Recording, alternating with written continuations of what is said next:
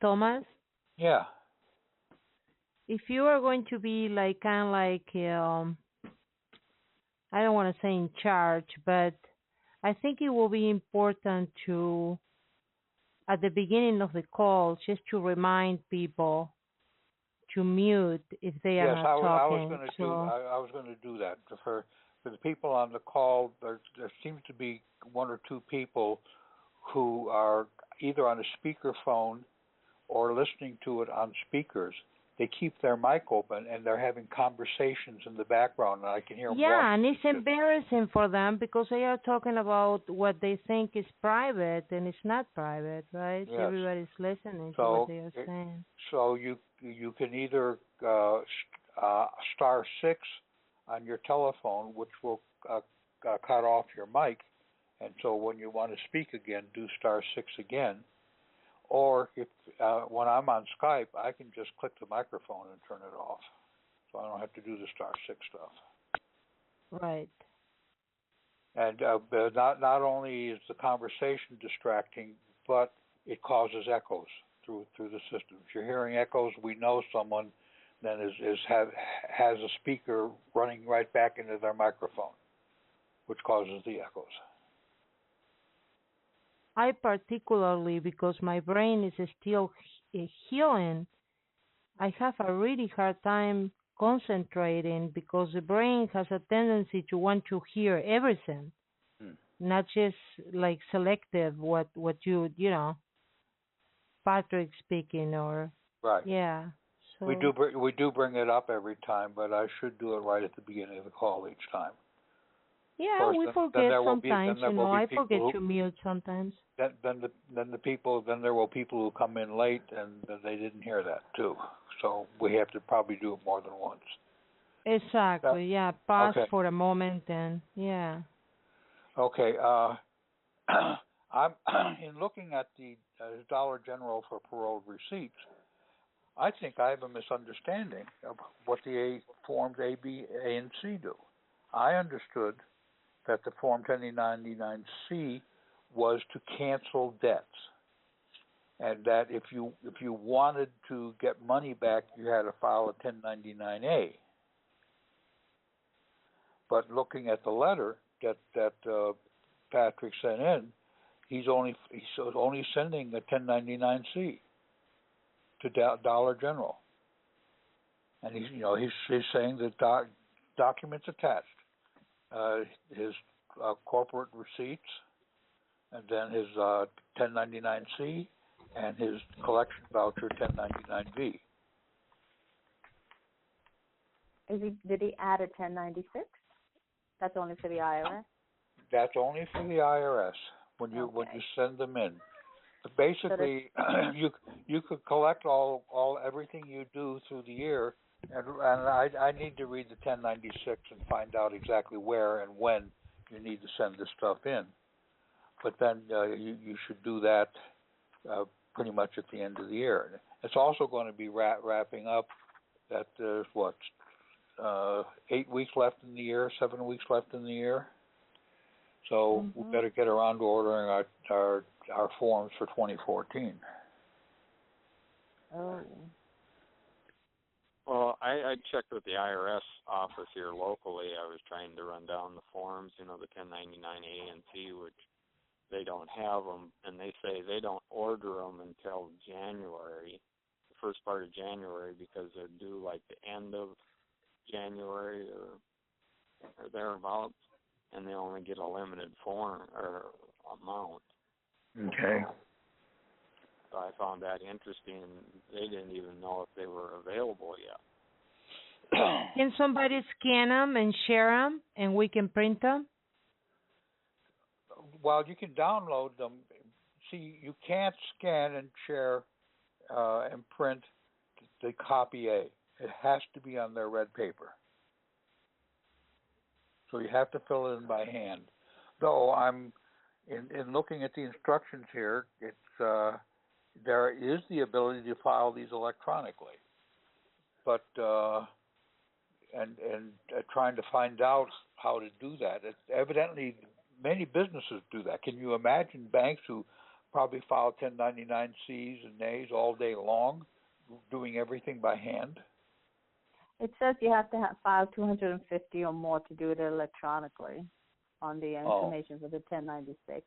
So if you have, you can file it no matter what electronically, but if you have a large amount, they require that. I'm looking I was looking for services whereby we could send them in, and I wasn't coming up with any. Well, I had talked a little bit with a tax accountant that I have used in the past, and I sent him some information on what I'm looking at and stuff, and actually I called him to try to get the forms, and he didn't have them, but I could check and see if he has electronic filing, so that might be a source. Right. Even if he charges us a little bit to do it. I don't know. That would be a question. He wasn't aware of that form and stuff. But they do have the programming specs on the website. Boy, I would think he would have clumsy and old-fashioned. I could write a program to do it, but then if there's still a quota, then we won't meet the quota. Right. But I'm saying since he's doing other tax returns for other people, he maybe has an account that he can do it. Right.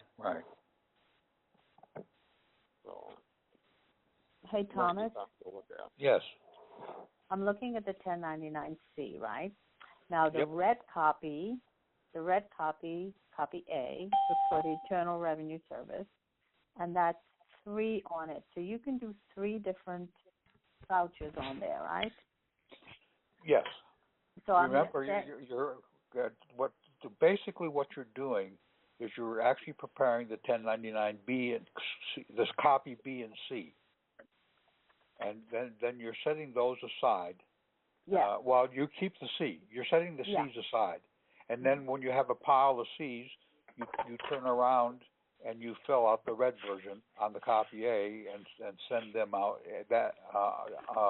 to the IRS. Right, with the 1096. So we can hold on to the A of the 1099-C. No, you hold on to the C's, and you keep the forms, the A forms, in the desk drawer. Right, the A forms goes to the IRS, and you can do that in like a bunch of them at once. Yes. The B form goes to the actual debt. That's the actual transaction that you're doing. What? Okay, so there's 3 sections on it. So you can do 3 different receipts. Well, remember when in the way we're doing the transactions, we're only sending one copy B to the Dollar General or Walmart. Somebody's got a mute. Yeah, you guy, we can hear you shuffling the papers or washing the dishes or whatever it is. Oh, cooking dinner. All right, so the 1099-C copy B, that goes to let's say we do something with Walmart, we do something with the utility company, and we do something with your cable company. Yeah, but they have to go to, each one has to go to different parties. Right, but you're going to end up with 3 copy C's for your files. You take those 3 copy C's on separate pieces of paper, and then fill out one copy A to put them all on the same one. Okay. All right. So let me see if I get it. So I'm looking at copy B, and say that's going to go to Walmart. Right. But I can't separate the 3 parts. No, you can't. But you're going to keep a copy C. Yeah, let's say at the end of the year. Why don't you let her talk to see if she's understanding what she needs to do? Yeah, I think he got what I was saying. I know copy C we keep in general because that's our copy. Copy all the first part, the red one goes to the IRS. The B is the one that I got to figure out. The copy B of the 1099-C. There's 3 sections. So I have to make sure if I'm sending it to Walmart, all 3 has to be going to Walmart. all three of the copy B. Did I get it? Hello? Maybe he got disconnected. Tom? He'll be back. He probably.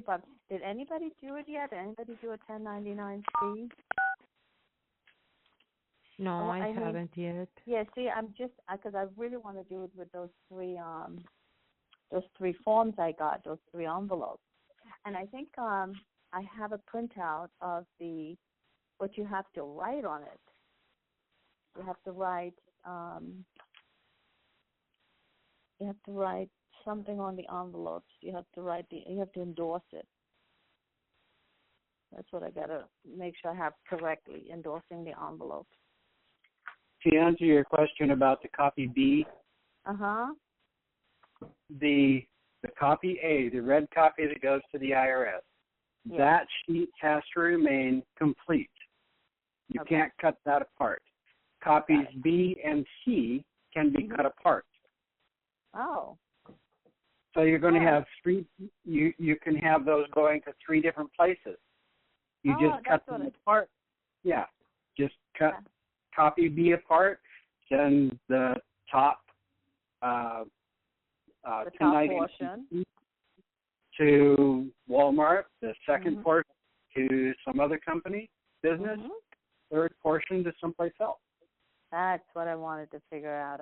Because I keep hearing don't separate them. All right. Right. That makes sense. The IRS copy do not separate. Yeah, because it doesn't have the little dotted line where you separate it. Only in copy B and C has that. The little separated lines. All right. I got it. Good deal. I'm going to mute back out and continue fixing my dinner. Can I say something? This is Carolyn. I am completely lost with what you all are talking about. Evidently, my boyfriend and I have not gotten that far. It's very interesting, but I think I need to go through your files and documents on the Yahoo group. Do you have these every week, the conference calls? Yeah. Is Thomas on still? Or is it I just got back on. Good. I got dropped off. And, all right, she has a question. I'll mute her. It is so interesting what you're talking about because it's exactly what I'm looking for, but I don't have a clue what you're saying. So I think what I'm going to do is get off of here, and next Sunday night, this week I will go through everything I can find on the group site. Do I need to get in the files and the documents, or? Oh, of course, yeah. You need to download all the documents and onto your own computer so you can play with them. I can suggest something. I suggest just staying on the call. You know. Okay. You go to you see the files, you download them to your computer, and then when you hear again the audio, you get familiar with the titles of the files, so you start identifying what is it that we are talking about. Right. Does it make sense? Well, yes, it actually does. Where I'm coming from, I had gotten into hardcore redemption, and it was about turning in your birth certificate and turning in all of this. Yeah, but you need to put all that aside for a moment, okay, and concentrate on this, because otherwise you are going to get confused, okay? Right. Yes, I agree. We're doing the same thing. We're doing what they are attempting to do, but we're doing it a very different way. Okay. So this keeps you out of legal trouble, I hope. That's what it looks like. Yes, you may get visits from the men in black, but the purpose of those, and Patrick has had visits from the men in black, but the purpose of that is for them to see if they can talk you out of it. But if you know what you're doing, then they sort of end up being friendly and go away. That's wonderful. If you listen to the audios, you are going to make sense of what this group is about, okay? Just don't take any actions real quick, because it's not going to be good, right? Right. Yeah. Just get familiar with everything. Okay, I'll tell you what, I'm going to mute out now and just listen in, and you won't hear anything else from me tonight because I just want to get as much information as I can. Well, you may have a question. Yeah, you can talk. Well, I don't know what you all are talking about, so there really wouldn't be a question that would be viable in there anywhere. Okay. Yeah, just So go to the files and listen to the audios, the old audios. Okay. I will do that, and I will be on mute, and I'll be here. There's also the other one, Tom, give your site where you've got it also. Okay, well, the way to do that is on the group we have a set of files, and we also have a section where we have some links. Okay. Now, I'm taking all the files and I'm putting them on econcurrent.com/divine/files. But that link is in the link section of the group site. I got into that earlier when the call first started, and I looked that up, but I haven't had a chance to get in there and read and listen and all that. Well, so the reason we're backing up the files is because Yahoo has put a new interface about 2 months ago, which screwed everybody up and is still screwing everybody up. So we're backing up the files, so in case they go crazy, we still got them. That's wonderful that they're going to be there. But I will go on mute now. I'll let you all finish your conversation. And, yes, if I have a question, I'll ask it. Okay. Thank you. So as I was talking about the Dollar General, I thought in terms, because the first thing I want to do is do my mortgage. And my understanding was I would do a 1099-C to cancel that debt and do a 1099-A to reclaim what I paid in as principal, but not what I paid in as interest. So the two numbers are the difference. Now, it could be the reason Patrick is doing it here all on the 1099-C is because the two amounts end up being the same. You know, what the amount of the debt he's setting off and the amount of the cash that he wants back.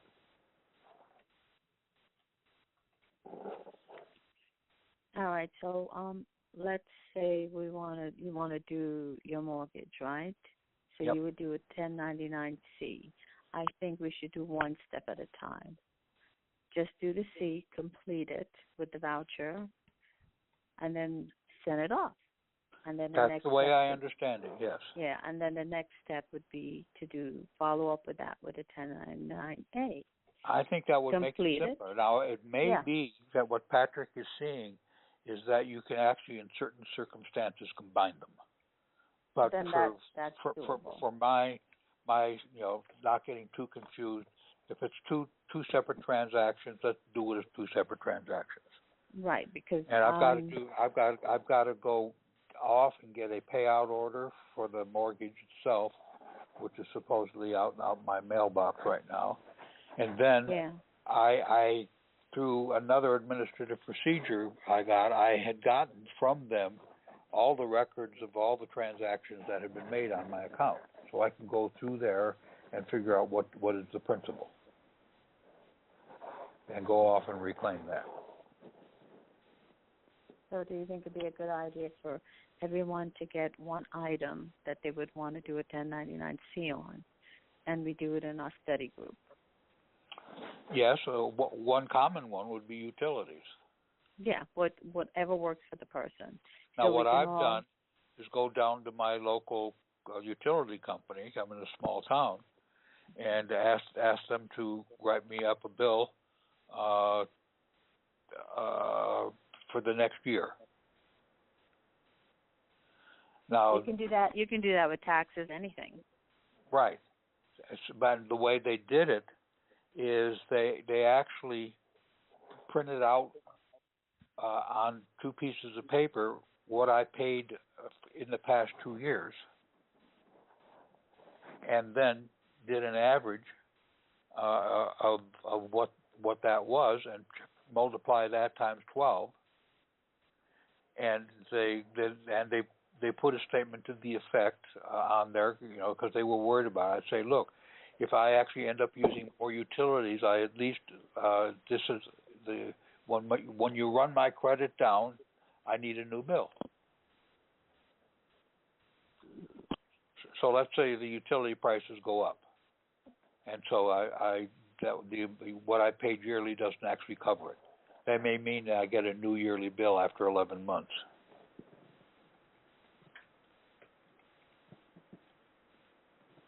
All right, that's now, cool. But is that part of a corporation, interstate corporation, then, Tom, or is that just a local utility? That's local utility, but I'm going to do it with my cable company, Charter Communications, and they're interstate.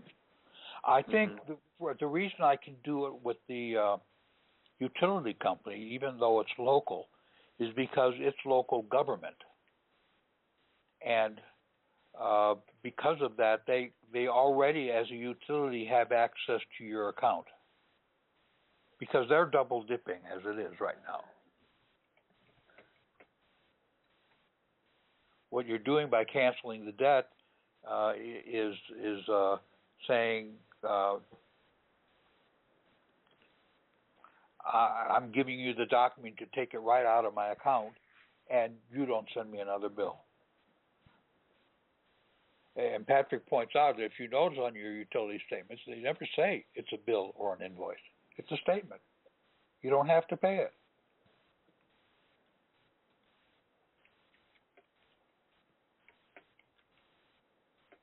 Now, the fact that they come around and harass you is that they're violating the law when they do that, or they're violating just exchangement when they do that. The law probably allows them to do that.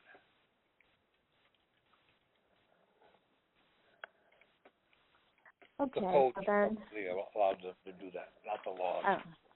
So okay, what I am going to do then, I'm going to just collect all my credit card bills that I've paid for the year, and that I would have to do a 1099A for, because it's an acquisition, right? To have two parts. You owe something on those credit card bills. I already paid it out of pocket. If you paid if you're all free and clear, then I think it's just 1099A time.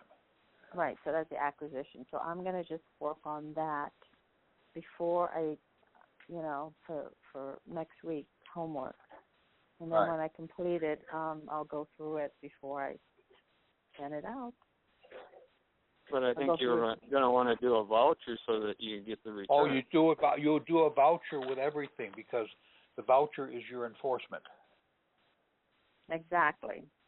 Your voucher turns into a warrant after 3 days. It gives you the ability to go collect, send the U.S. Marshal after them. Do we have to do the live-in affidavit too when we're sending in something VA? I think it'd probably be good to do it the first time.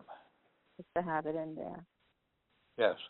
Well, because look at the thing the Dollar General says. So he doesn't include it. He says, I, an American Principal Executive Officer, PEO, and I'm making the following tax redress exchangement. Well, yeah, simple. Yeah, but I think for the first time you do something, just include that affidavit where you state it doesn't hurt. Thomas, with the envelope, the penalty envelope, $300. Yeah. Do you endorse the front of it or the back of it? No, the back of it.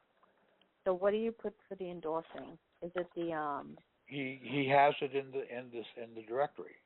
Yeah, I printed this out. It says this IRS bill of exchange is endorsed. No, that's not for the envelopes. Okay, which I can't find the envelope one. Let me see if I have it here. It's a simple thing. It's the same. Oh, here wording. it is. Here it is. Mm-hmm. It's the same wording as the IRS one, but instead of saying IRS, it says $300 penalty stamp tax. Yeah, this $300 penalty stamp tax bill of exchange is endorsed for set off. Blah blah blah. Now, what I did is I had a stamp made up for the IRS one, and I forgot to get one for the tax stamp, but I'm just going to stamp it with the IRS one, and then cross out IRS and write in $300 penalty stamp tax above it. I'm gonna be handwriting everything at first. Okay. Yeah. Well, So what he's suggesting here is that you actually use that document and copy it on an envelope on the back of the envelope. So I can do that. If you have a copy function on your printer, you can just put the envelopes in and then copy it on there, or just keep the endorsement in your computer and print it on the envelopes. Oh, I can handwrite it too. Yeah. Either, yeah, whichever I'm comfortable with. All right, cool. So that has to be on the back of the envelope. Oh, well, I like doing a stamp on the back of the envelope because it looks more official, and they can just say, huh? Well, do we use the 3-cent stamp anywhere? On some of the documents were indicated, yes. Yeah, but not for the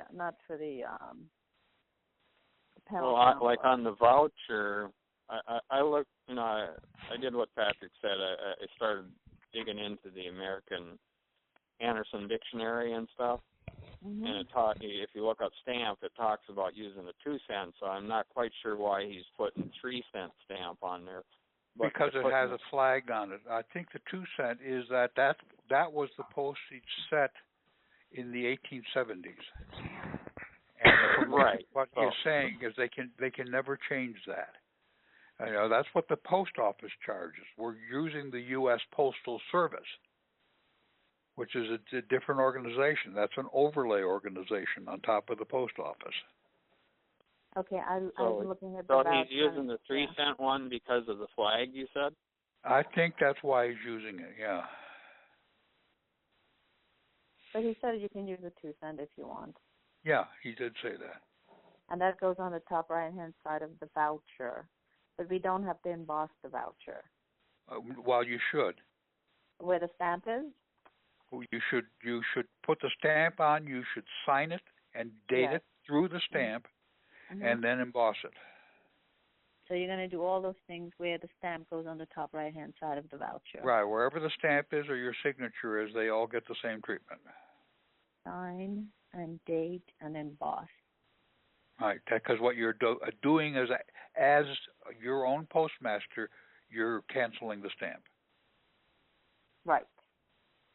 Do you do it in an angle, starting from the left corner of the stamp? Yeah, 45-degree up from the lower left.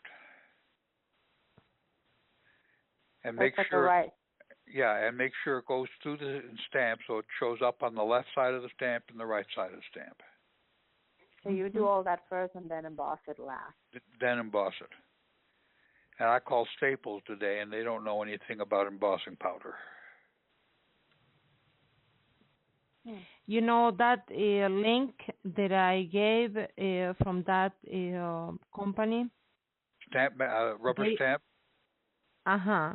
They have something very inexpensive. It's a little pad, and it brings it has exactly the same size than the emboss.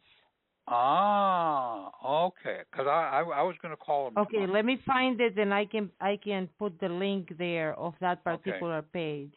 Okay. And it's very cheap. I got it, and it's kind of messy at first. You have to practice a few times. Don't use it in the paper that. Yes. Yeah. I learned about that procedure because I was working with someone else's administrative procedure, and they said something that was they sent us something that they said was notarized, but we didn't see the notary seal on it. It turned out that she had embossed it, and so you have to do it very gently, gently. You can't do it. You don't want to flatten it out. It's called an inker. It's called an inker. It's a little round inker pad that goes right on top of the embossing. Daniel in California has them, and it's the same size as the embosser seal.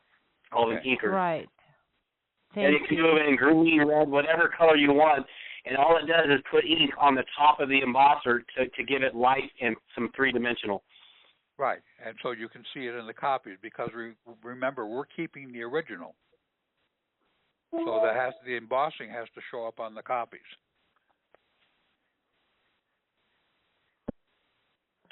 Just do what the courts do. Just get a black little round ink stamp that is the copy of your embosser, and you can stick that like a copy stamp on all your duplicate copies, and therefore it'll be as if it was stamped, or or you just emboss. It is hard if you have to scan them in and scan them out. It is a pain. Yeah, it is a pain. Right. I had them all laid out a couple of years ago, sending stuff.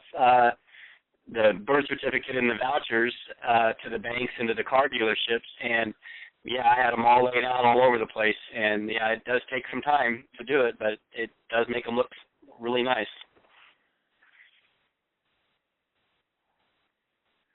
And it here go ahead. It's called Deluxe Seal Highlighter. And it's $12.48.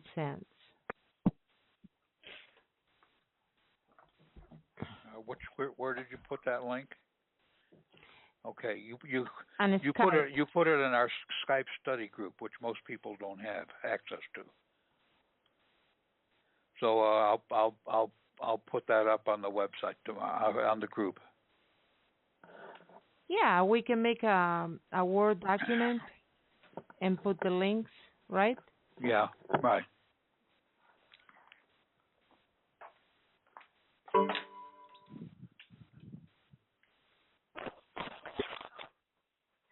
Just put it a title like I'm on a call right now.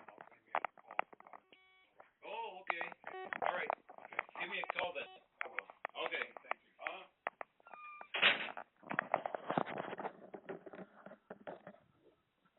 you. Okay, I'm back.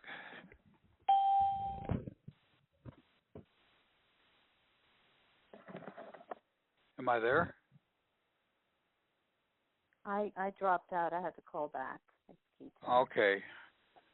And because I had to go answer the door.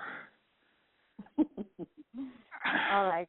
So but I have a Bluetooth headset, so I could just go walk there while we were doing it. So we should give ourselves some homework, right? And be on the same page together. Right. Well, maybe we ought to break it up into sections so that the people who want to do the mortgages, we get together. Though it probably wouldn't hurt for all of us to participate in doing each type of transaction when we want to do it someday. Patrick said he's going out and buy a car. That's wonderful. Hope he gets a Tesla. Tom, I have a question here. That's an idea, Tesla. Go ahead. Does how many people have their affidavit filed? We're not actually filing it. We're you mean in terms of the recorder with the recorder? No. I'm talking about that we've actually filled out went in and took his template and made the affidavit, went and got it sealed, by a notary. Yep, I did mine. I did it last week. Okay. It's pretty easy to do. Okay. It can be a one sentence. Now, one sentence even, right? Does it have to have a format? No, he has a pretty thorough document. You should now. That's someone else on the group mentioned the concept of framing, and I think it's an important idea. So a lot of the when they start getting inundated with the same type of paperwork, they start ignoring it, saying, "Oh, this is just some internet guru type of stuff going on," and even though what they're saying is absolutely illegal, because we're all filling out the 10, there's millions of people filling out the 1040 forms. They're all using the same paperwork. So we can all use our own same paperwork. That's the affidavit of the right. American But individual. with the affidavit, you might want to take affidavit of American principal, and you might want to just put it in slightly different words. Is that the affidavit of the American living individual or the other one? No, I'm still going to do the affidavit of the American living individual because we don't have to take that one to a notary. Oh, gotcha. Yeah. The other one we have to take. Right. And because he's going to be that basically American principle I think is really for the 1099B transactions, where we take our major account, Social Security and a certificate of live birth, and we send it to the Attorney General and saying, I want to withdraw it. I want to liquidate this fund. Yeah, that's cool.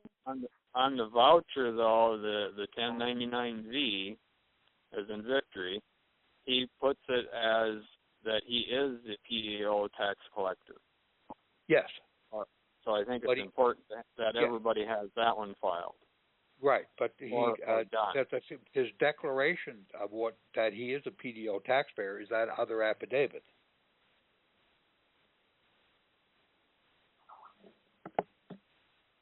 Does he have a document explaining that he's a tax collector? I wonder. I know he discusses it at length in the audio, but did he make a document? Not that I've seen yet, but I maybe missed it because I'm new to the group. Well, I saw one document. I don't remember the title. I will have to go back and review it because it is a case that he's saying be creative. Is a case maybe that maybe we should make one. Because I was talking about maybe we should modify his documents a little bit so they don't all look the same. And one of the modifications, he tends to do run-on sentences, and so I just break up the sentences a little. And he uses the words that are defined in Anderson as he refers to Anderson. And my tendency would be to create a second page with all the definitions and include it in. Just know them. I do like the fact that his documents are one page, but, 2-page documents aren't that bad either.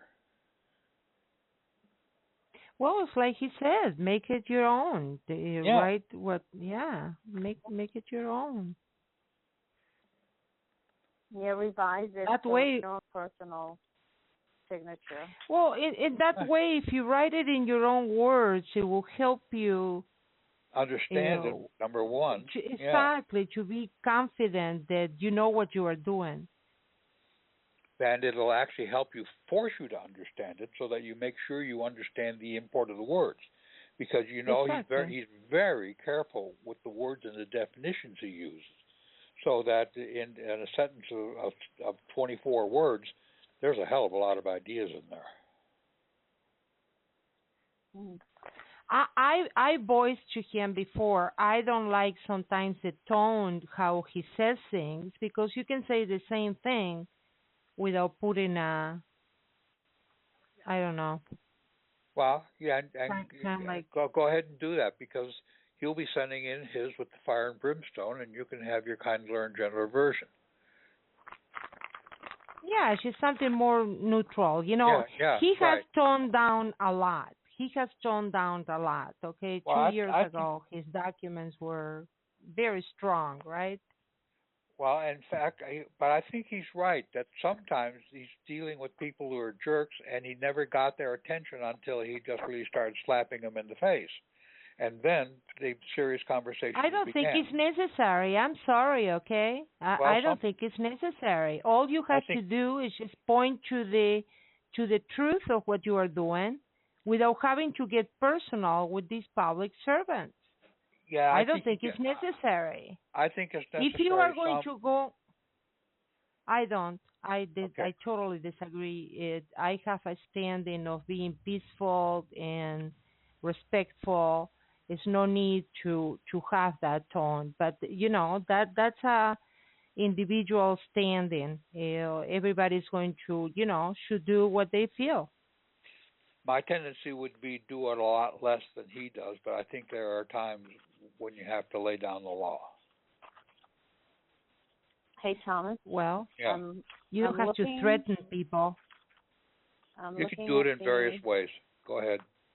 Yeah, no, yeah. I mean, that's good and everything, but we got to get these forms situated.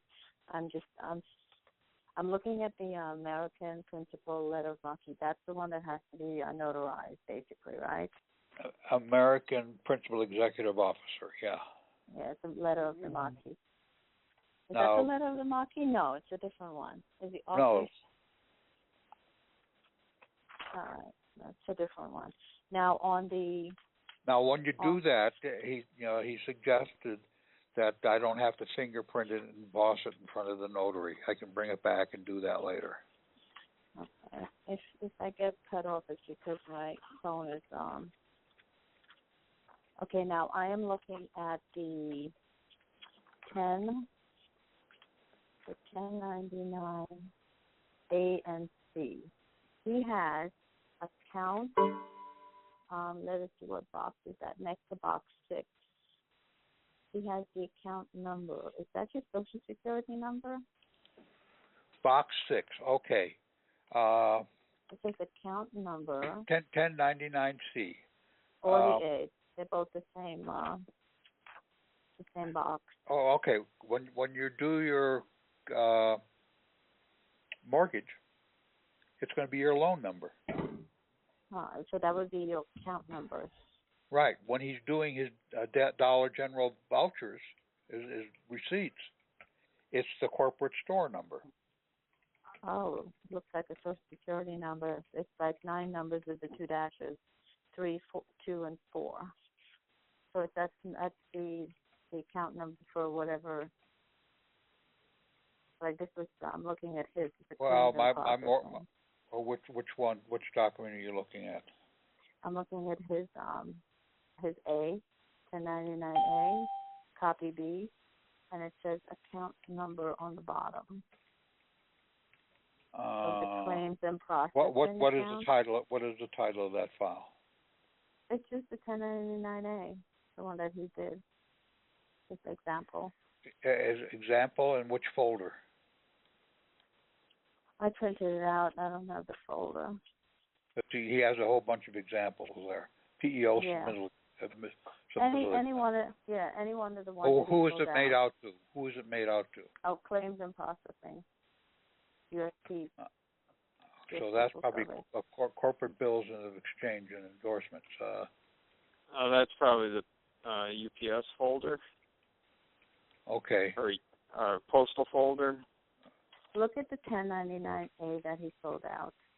I don't see it. I don't see it. You don't have his example? No, I don't have a 1099A example. Oh. So that's why I'm asking which one is it. All right, then let me I think I found it. Is it the one, the claims and processing account service, U.S. Post Office Service, U.S. Postal Service? Yeah, that one on there. The bottom. That's in the first zip file, Tom. The $300 penalty envelope. Oh, okay. I thought I looked. I went and printed each one out and put them in a file folder, so I got them individually. What's in each one of the files? That's what I did. Oh, that's organizing. Okay, $300 penalty envelopes. I have 1099 forms. Okay, I got the 1099 forms. Okay, got that.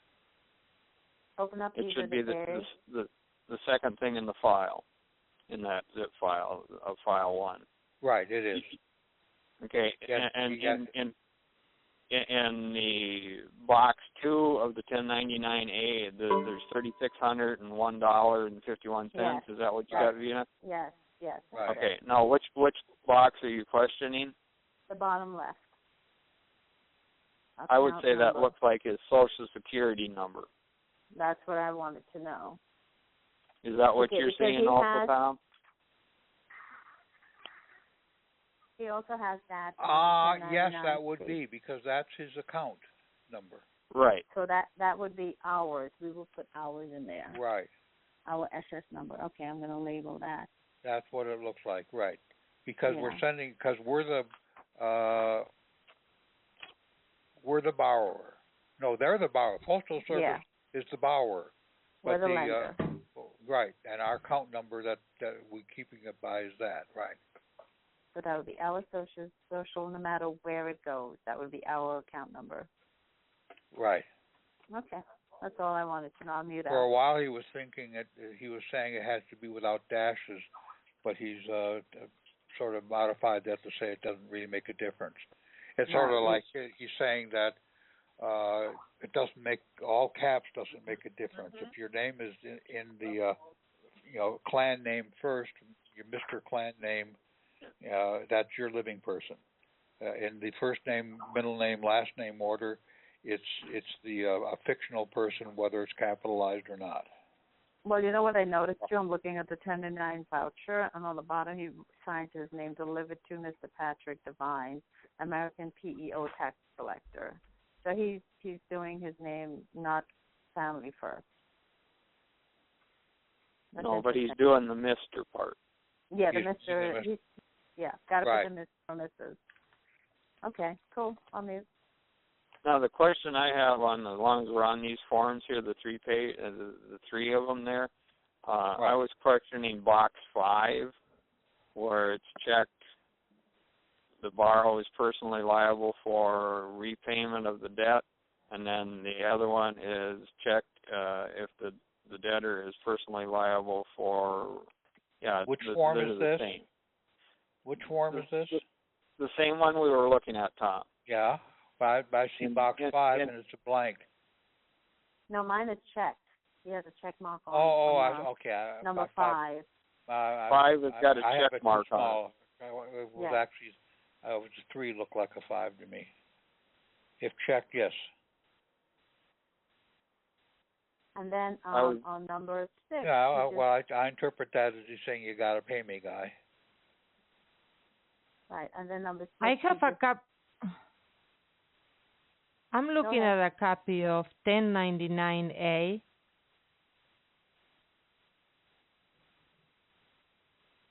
I have a copy that I downloaded somehow. Okay, we're looking at one that he filled out. No, I'm mentioning because earlier you were saying that you have never seen one, and I'm now looking at that folder, and there it is. No, I can drop it in. I didn't see the file by that name, and he's right. It was 1099. He showed me where I was missed it. Okay, I just posted it there in Skype, so you can see it later. Okay. Okay, so and then he says on box number 6, he just wrote down his information and the attachment. He's attached 11 stamped envelopes and endorsed them for collection. Right. All right. And his cover letter, right. Yeah, I think I got it. So I'm gonna practice this week doing this stuff before I send it out. But I'll talk to you before. I'll talk to you on Sunday. It might be a good idea before when we send it out. We get together. Yeah, get together and run through it. We can all double check each other. That's a good idea. If we are asked why are we debtors or creditors, can everyone be confident to explain it? Well, you can't get anything unless I sign a document, right? So if I don't give you a signature. We're not a debtor. We're the creditor. No, we're not. Yeah. We own the country. They work for us. Well, you can't do anything unless you give it life. And we have to give it life.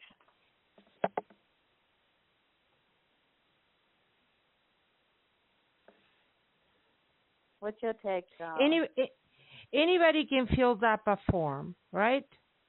We can figure it out what we need to put there. Why I'm asking that question is because of what Patrick has said many, many, many times, that, we get new people, then get into these, and they have been studying with other people, and it's important because Patrick was visited by the CIA, right? No, Secret Service. The Secret Service, yeah, thank you. Attached to the Treasury. So that's it needs to be looked, not to be fearful, but you have to understand that we need to know what's going on. Right. Why we are doing what we are doing. Yeah, we need to know how to explain it. I think when Patrick gets visitors like that he's not fearful. He looks forward to it. It's class time. He's ready to teach. But he knows what he's doing. He has been studying this for a long, long, long time. Yes. And people now are like, oh, this is just a form. I'm just going to fill it up and send it in. I'm concerned with that. I'm concerned with that. I don't want people to get hurt, to be doing things in a rash way. The form is the last. Of course, everybody, I mean, I'm not responsible for anybody's actions. I'm just trying to point to these because I have seen over the years people getting in trouble. That's all. Okay? Well, yes, and the problem with new people coming in is they've been talking to other people, and the key word is the definition of the words. So that they come in with different definitions. And you remember Patrick really got on a roll when he found the Anderson Law Dictionary, which changed his whole approach to doing the definitions and made them even more important than they were to him before. Patrick is retired. Patrick is totally dedicated. Patrick doesn't have any kids. Patrick's life is very different to mine, to yours, Tom, to anybody here in the call. So when we hear Patrick, it may sound like, oh, yeah, you should sit and fill up all these forms. It requires some study and application. You can't just expect in 1 week you know everything. I don't think it's possible, okay, somebody new it took him 20 years can come and in 1 week just jump into action. I really don't recommend it. That's all I'm saying. It took him 20 years to get where he is. Mm-hmm. And the last 4 years were the most intense. Because think about it. If you are going to fill up these forms and you get a phone call or somebody appears in your home, if you are filling up stuff and you don't know what you are doing, you know what that is? It's fraud. That's insanity. That is being considered incompetent because people are just taking action without knowing what is it that they are doing. Right. And well, I'll take Pat. I'll put Patrick's words right out there. Look up these words, and that's where I spent all day in the Anderson Dictionary trying to look up some of these words that he's using, like in the affidavit of office. And a word really has so many. Yeah, go ahead. It really gives you a good basic education so that you can talk intelligent with these people. So one word can have so many applications, so many definitions. Correct. Yeah. And it's laid out in the dictionary, but I also looked in a black dictionary because I wasn't finding, like the three words that I was being concerned with to make sure that I was doing them was where he had put posted, signed, and sealed on the date line down there on the affidavit of Office of American Principal. And I couldn't find them in the Anderson one, but I kept looking, and I found some of them, but it wasn't post-ed. There was post and different things like that. But I then also looked in another dictionary, and then it gave me a better understanding of what he's trying to say, I believe, of those words. Well, that would be a good question. What I'm trying to do. What's that? That'd be a good question to ask him. Just exactly, bring it up that you looked up posted and you didn't see it. What is it? What is the implications of his usage of that word? Well, if you take it in the banking industry, posted means that it goes from say, you're putting it on the books, statement or whatever to a ledger. So there's a banking posted. There's also posted where you post it like a notice for everybody to see of, say, like a meeting. Yep. Okay? So then if you post it, would it also be posted when you put a stamp on it? You see what I'm saying there? Three different meanings, right. Right. Okay, and probably his meaning then is it's posted because he has the stamp on it, and he's a postmaster. Well, did you put a stamp on the affidavit?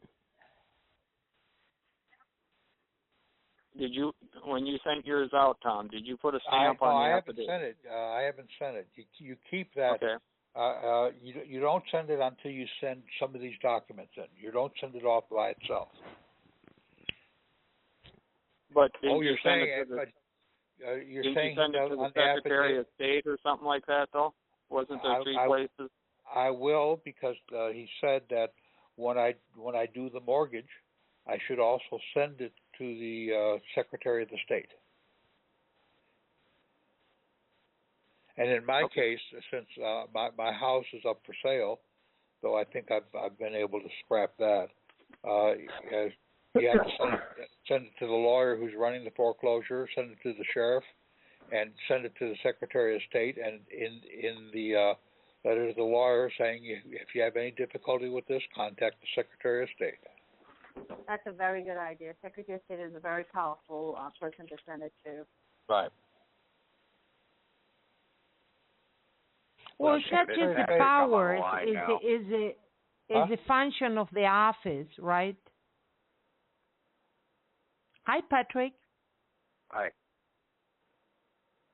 Yeah, I've been wrong. Is it Secretary of State or State AG that I should send it to? The Attorney General. Attorney General, okay. I just realized that's justice. You want justice, okay? The Secretary of State ain't going to give you justice. He's just a secretary.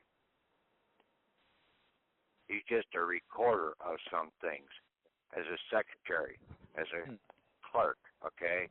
Holding something like a seal or something like that. In other words, a downright gopher.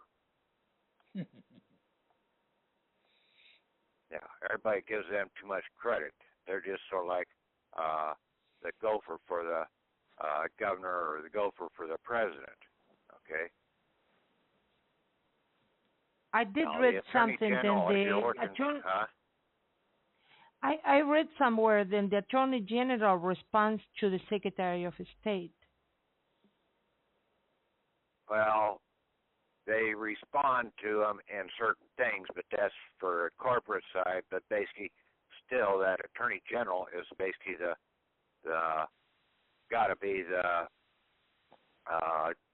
he's in charge of the Justice Department, and that's where the scales are, okay? And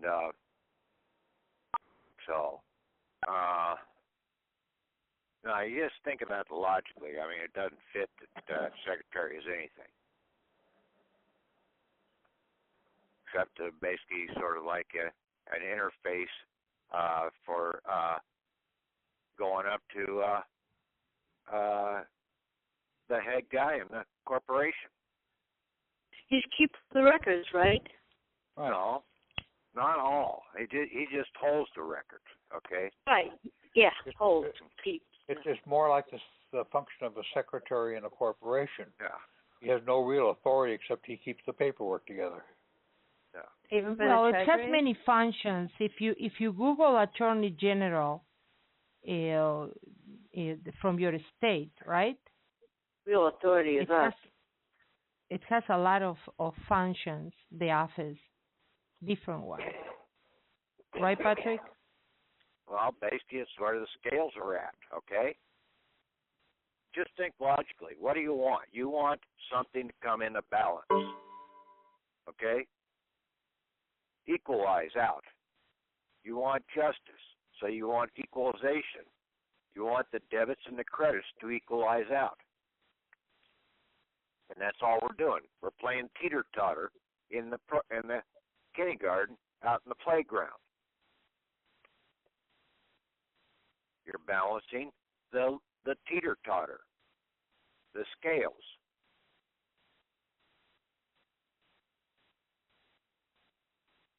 still there? Yes, yes. Yeah, we're listening. I was visualizing taking the bricks off. Yeah, yeah. Don't make these things any more complicated than they are. Right. Don't try and think into their world, okay? It's like in the movie Matrix, okay? Neo at the time when they came out basically was having a hard time accepting some of the facts because he was still drawn back into their system of thinking instead of thinking logically and simply that don't work.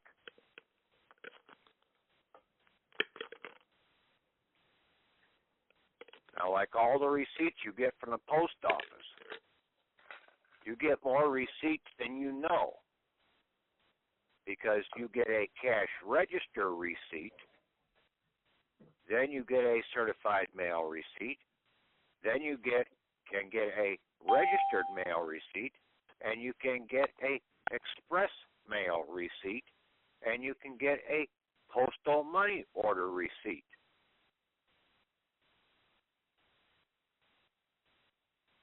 You get at least 4, 5 different receipts out of the cash register. Now, at the post office, you can file a claim against each one of those different receipts because they all have money, they all have a tracking number, and they're all postal.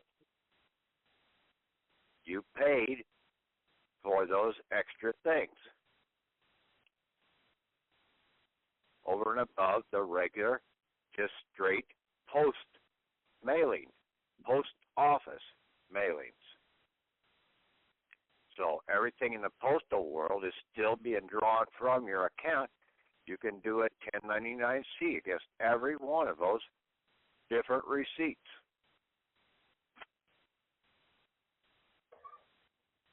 I didn't realize that they actually, when you do a certified mail, they actually give you 2 receipts for that then.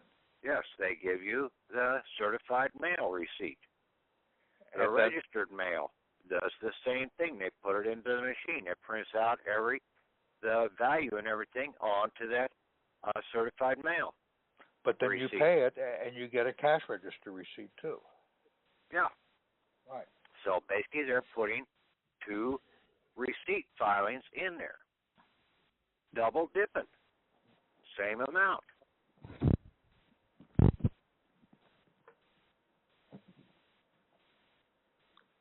See, they're the ones that can get away with this double dipping, but we're the ones that can come back in here and cancel them out and claim them back.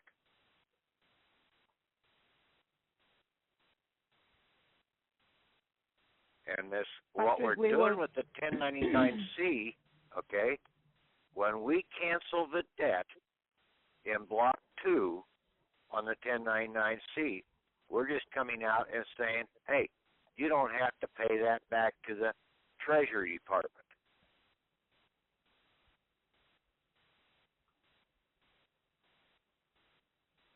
Okay? Mm-hmm. Now,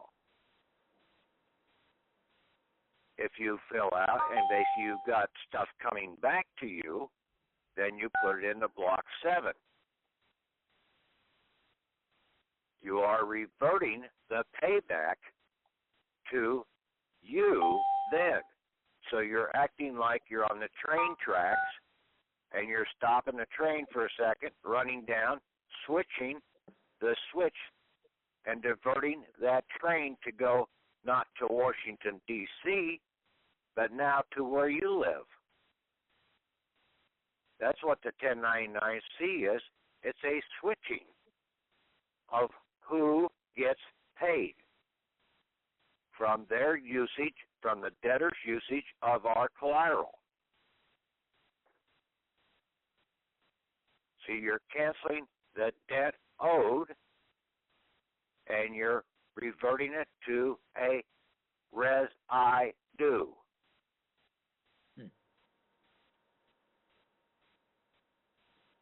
The res you are due, or residue, in line 7.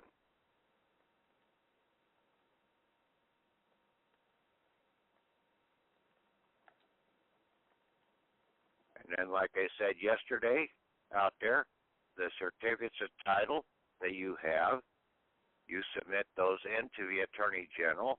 They are the Chief Financial Officer. If you have a share of stock and you don't want to run through a Dean Witter stockbroker, who do you go to cash that share of stock in?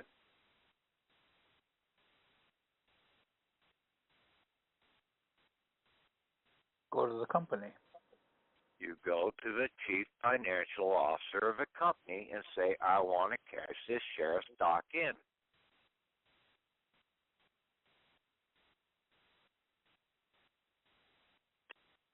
So we go to the Attorney General because that's the only place that we're really going to get justice when we demand it is from the Justice Department. Not the court system, the Justice Department.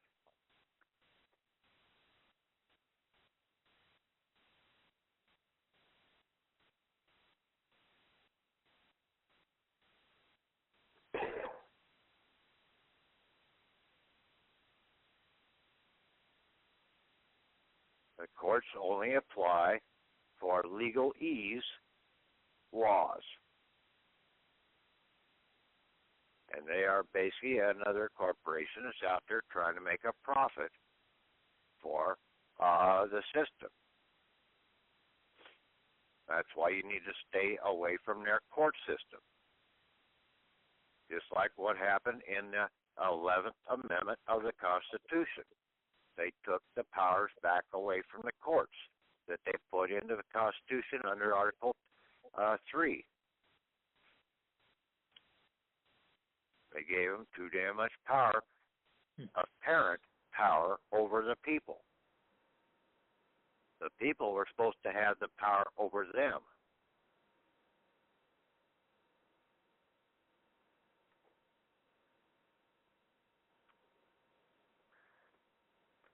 Okay, it's pretty much everybody the same ones that were on the call yesterday.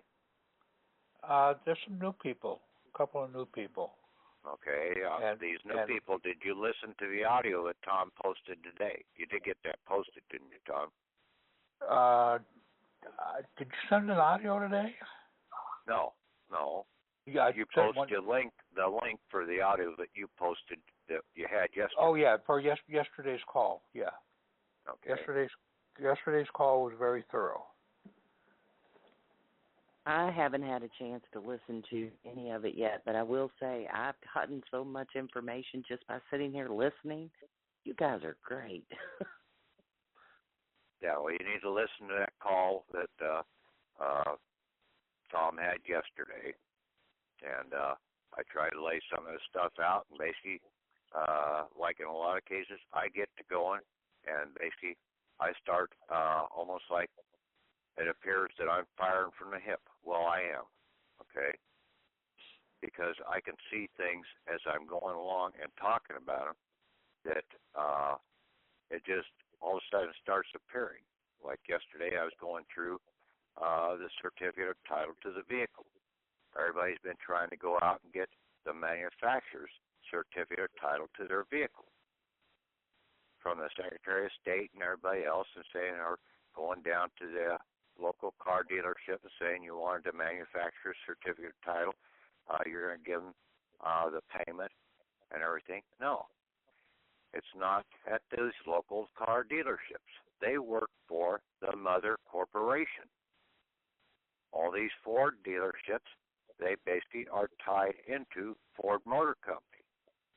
All the Chrysler, they're not independent, okay, the way everybody thinks they are. They're still tied to the mother corporation. And so where you have to go to get the certificate of title to the vehicle, you got to go to the source. Right.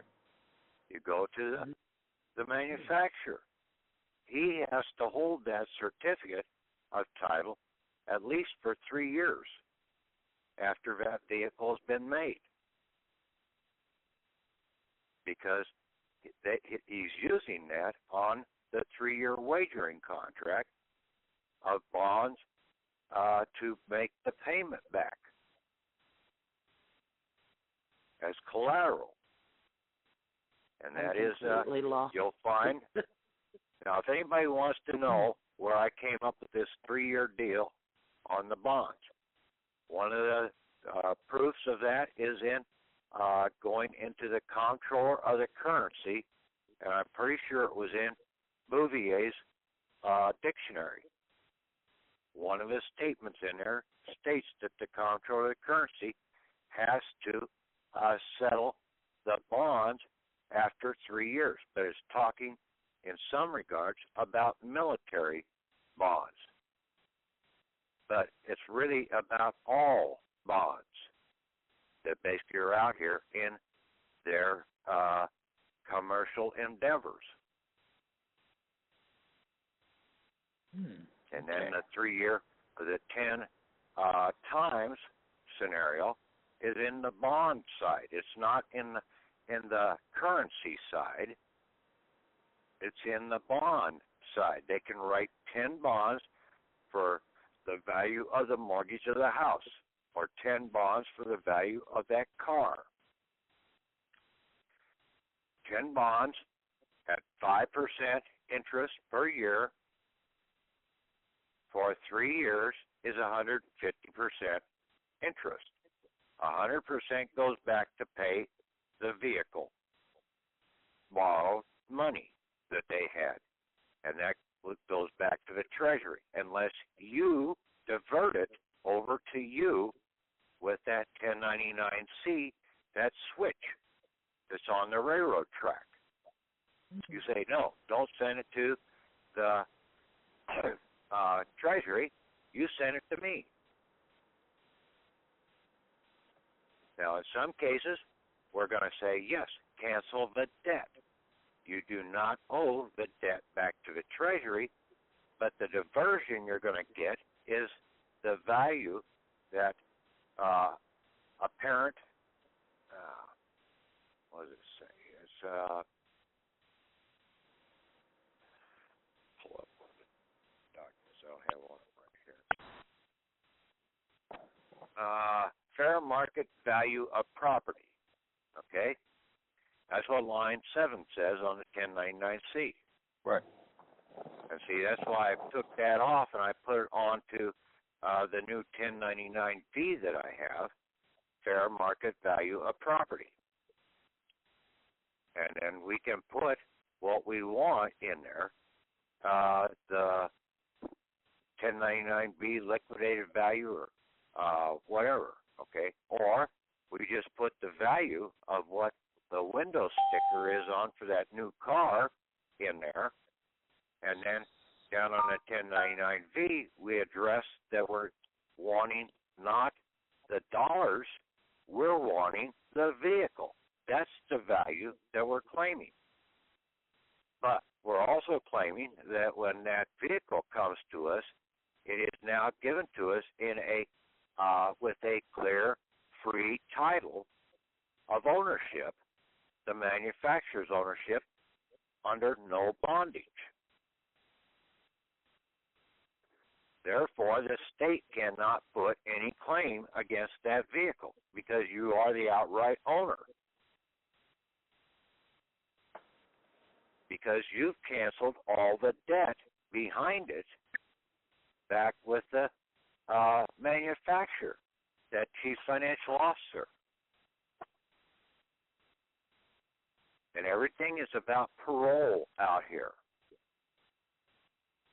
You're operating under parole because of your Social Security certificate and with your certificate of live birth. Those are paroled security receipts.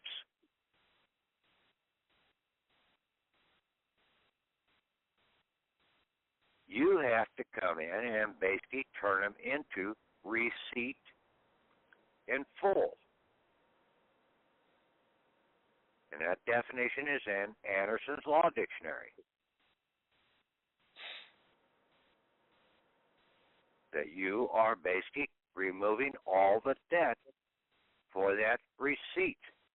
Now it has been completely fulfilled. It's full. Receipt in full. It's filled up.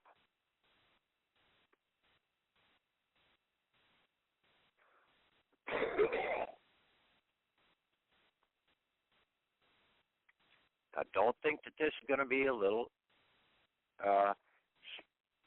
easy deal, okay? It's going to be a little complicated. I got about 8 piles of different things that I'm working on right now with the 1099-Cs, doing the cover letters, getting those all handwritten onto the sheet. You need to get those 1099-A, Bs, and Cs, and then also 1096 forms ordered from the IRS. More than likely, the way we're looking at it now, we're not going to be doing too many 1099-As, but we still need them. We won't be doing too many 1099-Bs, but we're going to have to do one for our driver's license, one for our certificate of title to the house, one for the certificate of title to our vehicle, one to the fishing license, one to whatever. Okay? Those are all securities. Secured receipts, securities. Okay? And they're paroled out to you. You have to be the paroler and cancel the debt behind them, because they've written bonds against everything they have out here. Everything is bonded. So if everything is bonded, it's a security, it's secured, and then it's in debt. You have to come in and free the slaves, cancel their debt, and either claim the item or you claim the value that basically is due it, as res I do.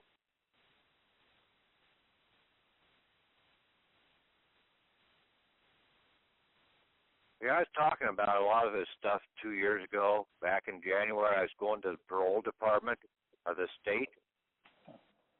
The parole correctional department is where you go, but you have to go by way of the clerk of the court to submit your tickets in. But that parole and correction department is over the clerk of the court. That is where they make the corrections for all of the court cases, all the charges. What do they do when somebody's in jail? They parole them out. Well, all that person has to do is parole himself out. He does a 1099-C, cancels the debt. And then basically in Block 7, the fair market value is his freedom.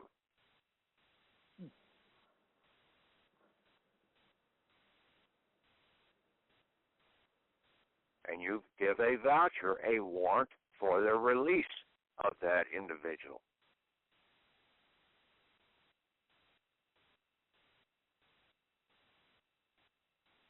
See, things are not as all complicated as what we want to make them. Stay away from their laws.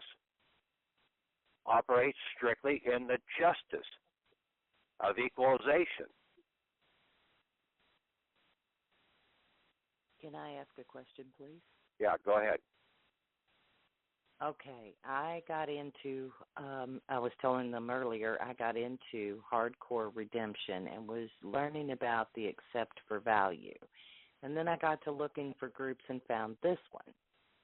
How do I get the information that you have so that I can go about it the way that you are? Do I look at all the documents on this group? Is that going to lead me through it step by step? Well, basically, almost every document I put out there has some value to it, okay? Okay. So how much value you need to have to comprehend what's going on, that's going to be up to you, okay? Now, all the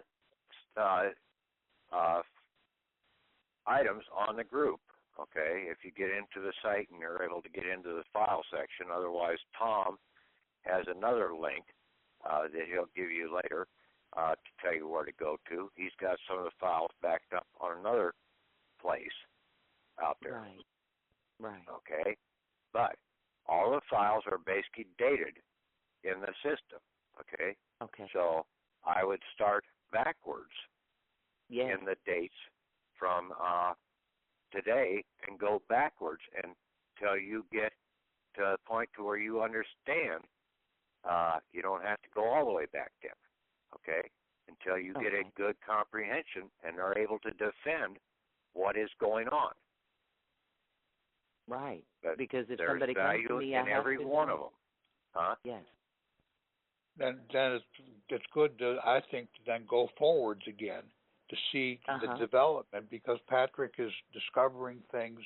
You know, he keeps analyzing what he did before and finds new ways of and simpler ways of looking at it. It's obvious that what he's been doing over the past year is getting. Still there, Tom? Yeah, I'm here. Okay. You cut out or something happened. Oh, we've been having a few Skype drops today. Oh.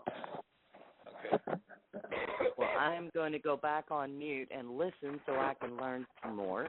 And my boyfriend is going to be joining the group as of tonight. He's been listening to this too, and we think you guys are awesome. I really like the summary you gave of the whole monetary system and the background of how the bonds and the 3-year abandonment and the way these forms function. That really does clear it up. I'm going to have to listen to this several times, just when you came on the call here. Well, see, all of this stuff is well documented, okay, in the Bible. Okay, the Bible is not a religious book. It's a book of commerce, okay? You've got just commerce and you've got unjust commerce. They called it Jezebel in the old days, okay, in Moses' time, when Jezebel started to come in and they were picking up the leftovers and utilizing them in their system, and then they had to take them to the temple to bring them up and clean them up. Well, the temple is Washington, D.C., okay, or the country, which is going to be where the Justice Department is located with their scales to bring about justice. And then you have the treasurer, and you have the secretary over the treasurer that basically can authorize the release of the funds from the Treasury Department. That's the du jour side. And then you have the Department of the Treasury, which is the Jezebel side, operating as a for-profit corporation, holding the assets there. But they can only hold them as collateral. They can't access them. Only we, the people, the principal executive officers, the first 3 letters of the word people, are the ones that can authorize their release. You didn't know you had that much power, but we do. But we've been dumbed down to think that, and several of these people out here, you don't own anything. Well, if I can't own anything, then show me how in the hell a corporation, a fiction, can own anything. It don't make sense, does it? That a fiction can own something that a living, real, substance person can't. It's just that they've taken our 13th rib away from us, just like they did with Adam in the beginning of the Bible. They took our spirit away from us, our spirit of understanding. And they left us just with our 12.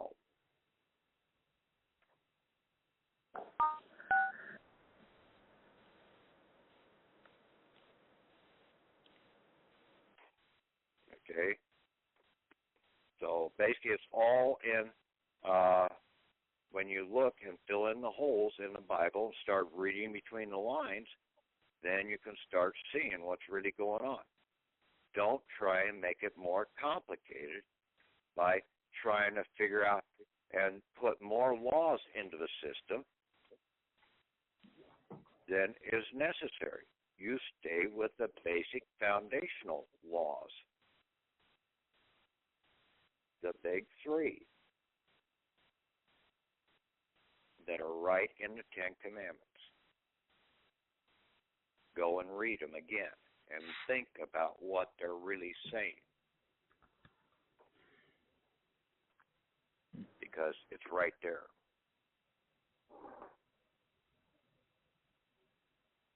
Okay, go ahead, Tom. You got any other questions there or anything that you have from the discussion yesterday or out here? Anybody come up with something new thoughts that basically I might have missed something? That's hard. It's hard. We miss it. You don't. Damn. Well, I miss it. That's why I have to keep changing. Okay. We're trying. We were looking at your postage. Your $300 penalty forms here, and we noticed that you have a Social Security number down in the account number, and is that your account at the Claims and Processing Center, or is that your account as a creditor?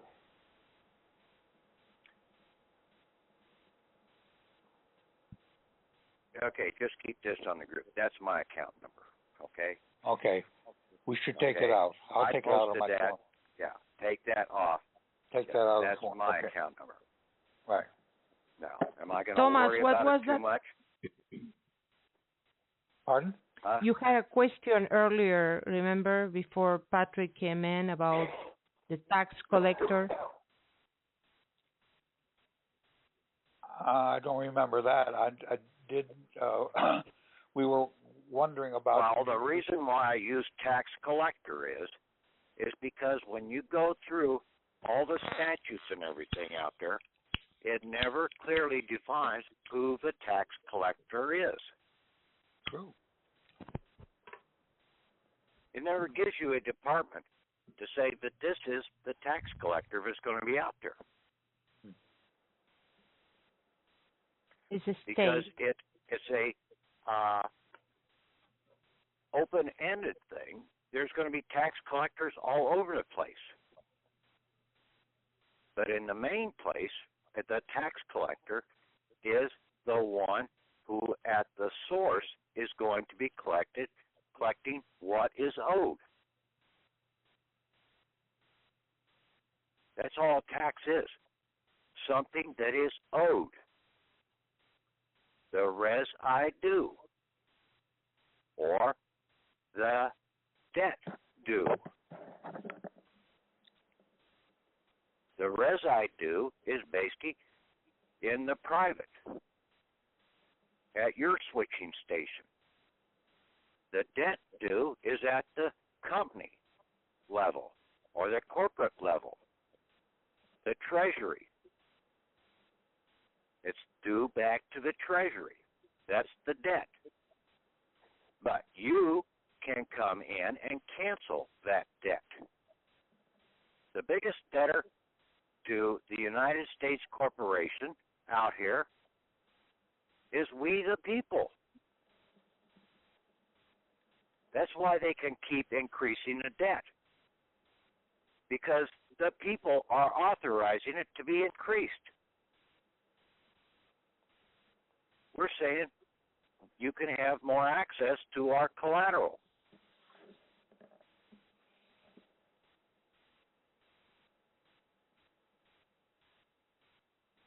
Because you're allowing them, and basically you're a voter in the corporation.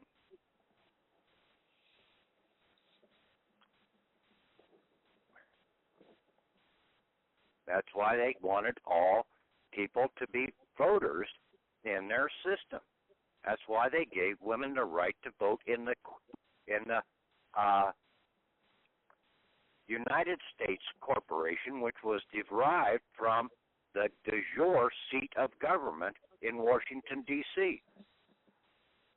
There was never a state known as United States in the initial setting of the country up. There was just a seat of federal government. And that was where the Constitution, the main Constitution, was centered at, where the Department of Treasury was located, where the post office was moved to. Okay, that's the de jure side of government. That's where it's located, the seat of government. The seat of government was initially in Philadelphia. Then it was moved to Washington, D.C. But the United States Corporation was came from or derived from that seat of government, and it's a for-profit corporation. And then they got you to be either a citizen or an employee of that corporation, that 14th Amendment corporation. And then they got the fiction. They didn't get the people to do that, to be a taxpayer. That's a person. You're not the natural person. You didn't understand what I just said, okay? They basically set it up. You had the right to come out of it at any point in time. All you have to do, they gave you a share, a security, a receipt. They paroled a receipt to you. And that is in the form of the security of live birth, the Social Security card, for military people, the DD-214. At the state level, they gave you a driver's license. They gave you a certificate of title to the vehicle. They gave you a certificate of title to the property. They gave you a license to fish. They gave you a voter certificate. Those are all paroled security receipts from the corporation. All you have to do is cash those receipts in with a 1099-C. They've written bonds against each one of them, so you come in and cancel the debt. You are the paroler. And basically, then you're going to terminate that receipt and take it to receipt in full. Then you're out of their system. And that is going to favor the Treasury, right? Huh? It's going to favor the Treasury as opposed to the Federal Reserve. It's going to favor the Treasury? Right. It involves the Treasury, not the Federal Reserve.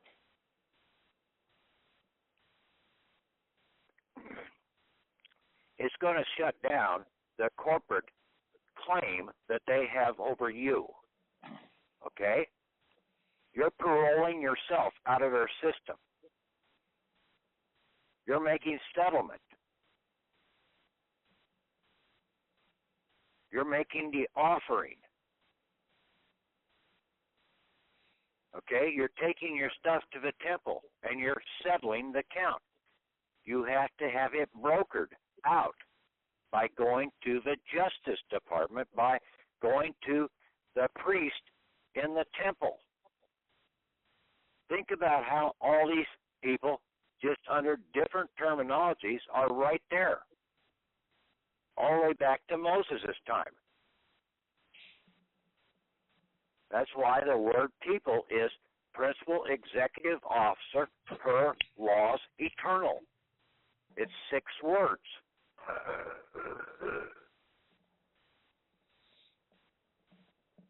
And we take our stuff to the chief financial officer of that temple.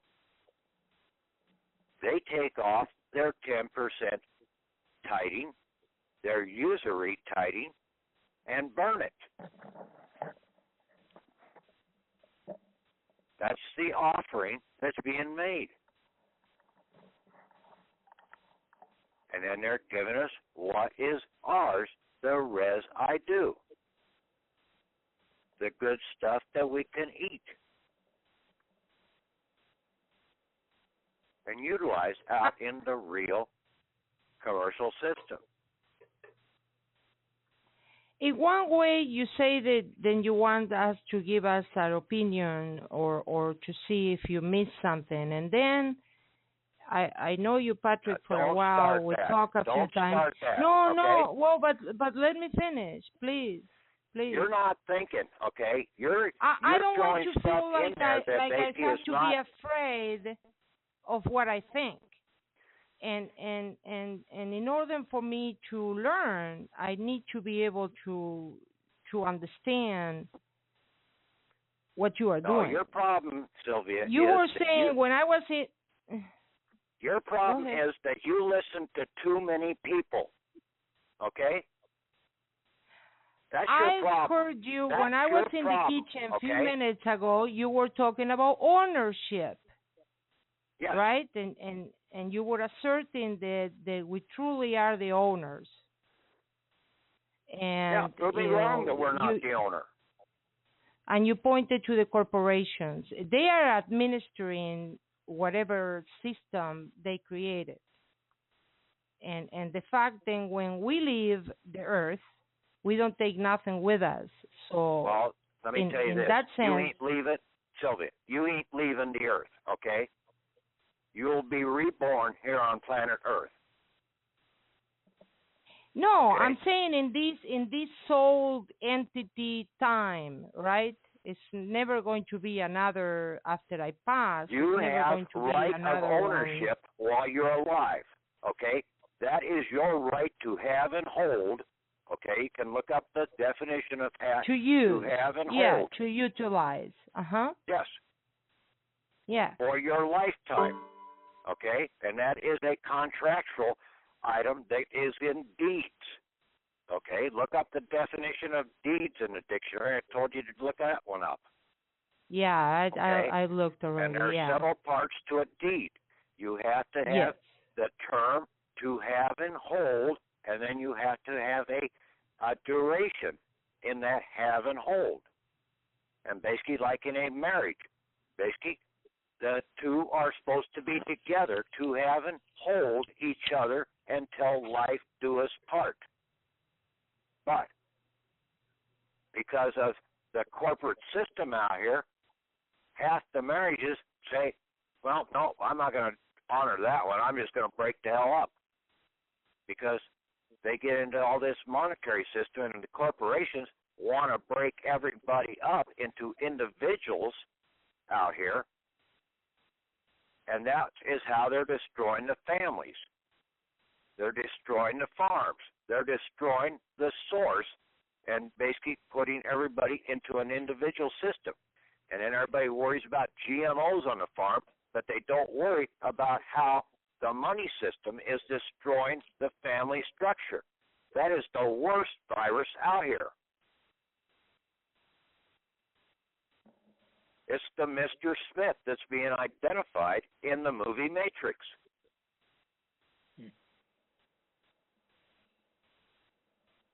But you people can't come to one place and hear something, and then all of a sudden you're off running to another rabbit hole and picking up something over there, or going into their corporate law books or documents and trying to put some document that they have into the process of being a living entity. Okay? You have form. Why would you need to use all their forms? We only use their forms when we interface with them, and we were told in school what forms to use. It never made any sense. You need to learn the ABCs. Well, is the ABCs the alphabet? If they wanted us to learn the alphabet, why didn't they just say you need to learn the alphabet? No, they made a hidden item there in saying you need to learn the ABCs. Those are the three forms that you need to understand to operate in this commercial commerce.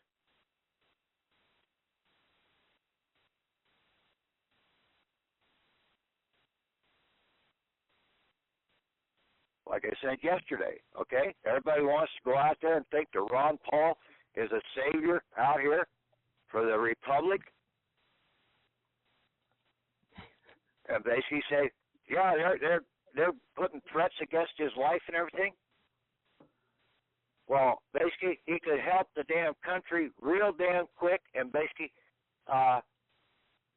he could get one word or a phrase out of his mouth before anybody could ever shoot him. And that is, you people need to look at the 1099-C. That's where your release at. Now, it's over and done. He's got it out to a national broadcast. Now, the people would turn around and start going out and say, well, he said, look at the 1099-C. Well, let me go look at that. If that's where our release at, holy shit.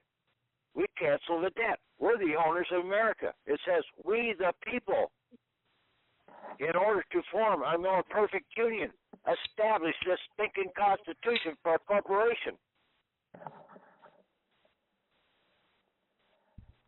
A charter.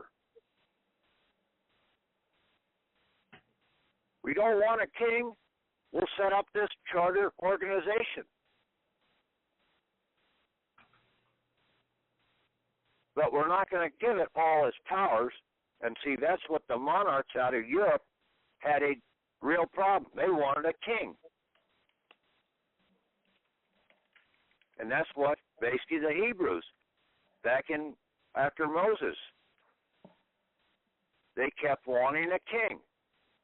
They wanted somebody to tell them what to do because they couldn't think for themselves.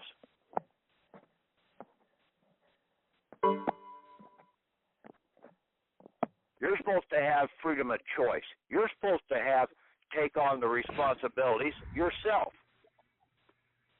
Stop going to somebody else and trying to let them tell you what to do. I've told people on this group site that do not believe what the hell I say. Go out and prove me wrong.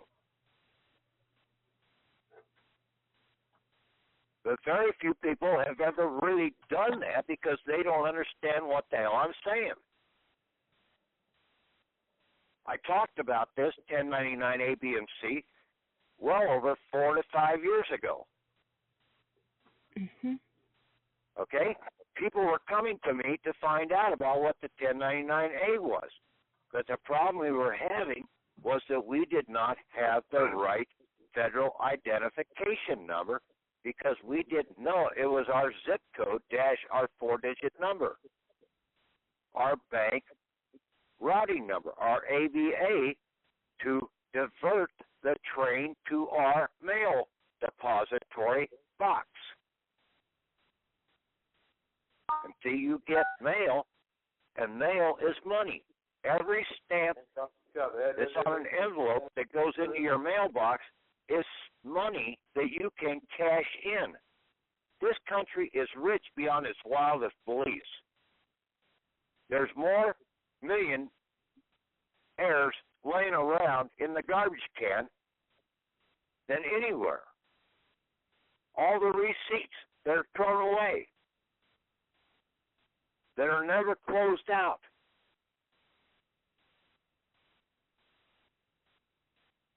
And see, 90% of that's going to waste. You can come in and claim it all. Finders keepers, losers weepers, as the old kids' game was.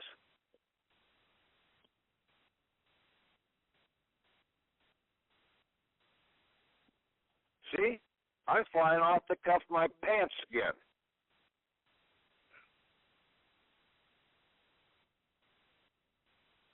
Everything was out there in our training,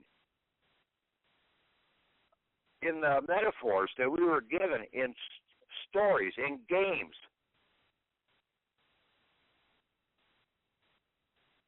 We were told when we were little children in the nursery rhymes and everything, a lot of these stories in a different connotation, right out of the Bible, too. Hansel and Gretel, Jack and the Beanstalk. You don't need to have the gold. The beans, the 3 beans that Jack and the Beanstalk were given, made him rich beyond his wildest dreams. But he had to fight for it. He had to have faith and belief.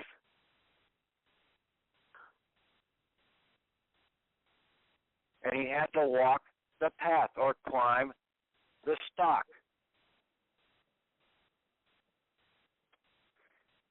Try and stay on path and not divert off the path. You get off the path and basically what happens? You go into the thicket in Brer Rabbit. And you get hung up in the vines or the thicket. Like the tar baby, you get stuck into a certain scenario. Now, see how all those nursery rhymes had connotation into what's going on here? More than what you really thought?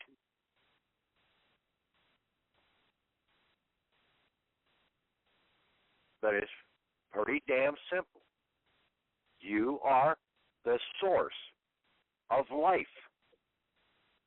You give life to the corporations. You give life to the machine. That tractor or that car ain't going to start up until you turn the key. It can't automatically turn the key and start up itself. Some living person has to make the call. And that's another reason why it's the 1099-C, because 1099-C, C, call, claim, cancel. That's the C.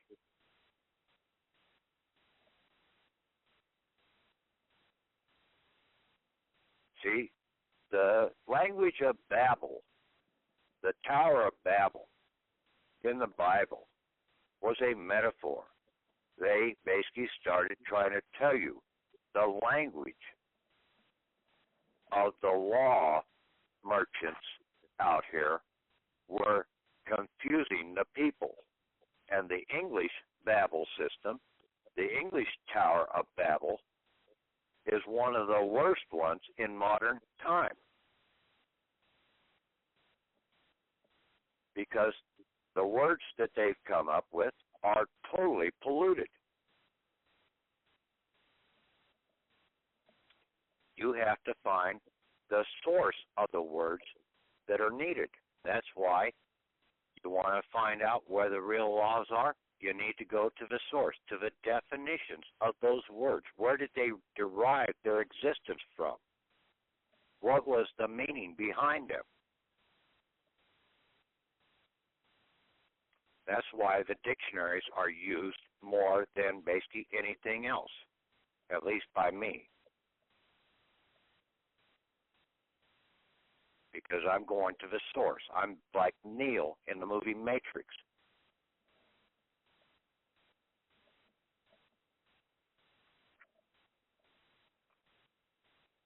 Okay. Any other questions there? Comments or anything? I don't mean to jump on you, Sylvia, but basically you get too damn much information and then you basically confuse it into your understanding and then you put it out to other people. You need to stay focused. There is two sides. With you, we are talking about commerce. and there is an other understanding, but by other people, that it can be done in another way. And you tried it. You tried it. You tried to do it. You used the Form 56. You assigned trustees to you filed so many papers. You tried it in many different ways. And I have been listening to you for years, and I'm still here. I'm interested in what you are doing. Okay. But I'm also approaching the law of nations. To me, is very important. And for whomever didn't read the law of nations, did I read it all? No, I didn't. I haven't had the time to read it all. Why do you need to learn the law of nations? You're within one nation, okay? Until you understand the laws of your backyard, okay? Until you have a handle on what is in your own backyard, why in the hell are you trying to go into your neighbor's backyard? Okay? That's what gets me about so many people in this country. They can't take care of their own shit before they're out there trying to tell everybody else how to operate their shit. No. Yes, it is, Sylvia. It is. Years ago, we were looking, and you encouraged us to learn about history. Yes? And the when history we start of this to look, country, not the history of England, okay? But the system is exactly the same in all the nations. Sylvia, there are certain things that, okay, you want out of the system. I'm not going to sit here and argue with you about this, no, okay? It's nothing to argue. It's Sylvia, nothing to argue. Sylvia, please. Yes, Sylvia. I don't have to defend myself. About you, Sylvia. This is not about you. I don't have you. to defend myself. No, you don't have to. Defend myself. And you cannot tell me, Patrick. You go and sit in the corner. Look what you said. Sylvia, put your dunce cap on and sit in the corner until you comprehend what this class is all about. Patrick, no, Patrick. Yes. No. Yes, no. I'm the teacher. A few moments ago, you told I'm me... not the God, but I'm the teacher of this system. Patrick, let me say something, please. Few minutes ago, you kind of said that I shouldn't be sharing other stuff with other people. That's how I took it. No, I didn't want you to bring in polluted information into this system. We've gone through all of the other gurus' junk out here over the system. That is what I was trying to do, was prove a lot of their stuff wrong. All the acceptance for value. Listen to me. All the acceptance for value. How much did anybody get out of it? Dick shit. Okay? Nothing. Yep. Okay? But we were still continuing down the line, just like Neo in the movie Matrix. We knew there was something wrong, but we did not give up. Or at least I haven't given up. Okay? I am forced to find the truth. And I found the truth now, finally. I had it, but we were missing one piece of the information. And that was that federal identification number that basically, now before they came out and gave everybody the 4-digit box number, individual box number out here, it was at the post office, and it was in a general delivery account number of 9998 and 9999. 2 general delivery accounts, because everybody out here in the rural system was on a rural route. They didn't have a 4-digit number. Now they've come about and they were able to assign a 4-digit number to everybody, and assure that basically in that apartment building, okay, that's given a 4-digit number, every apartment building has an individual apartment number. And more than likely in that apartment building, there is no 2 John Does with the same name in that apartment building. Right. Okay? So they had to go about this systematically to try and put it out there so that basically we had a system, a bank routing number, to basically divert the train from going to Washington, D.C. to come to our door, to our mail depository. Because in 1871, they railroaded the country. Not maritime law of the country, because maritime law could only go up as far as a naval vessel up the canal or up the river. After that, it became the law of the land. Well, they had to have a system of commercial law of the land out here, and they brought in the railroad system under the 14th Amendment in 1871, 1868 or whatever. And then the postal system came into this country in 1871.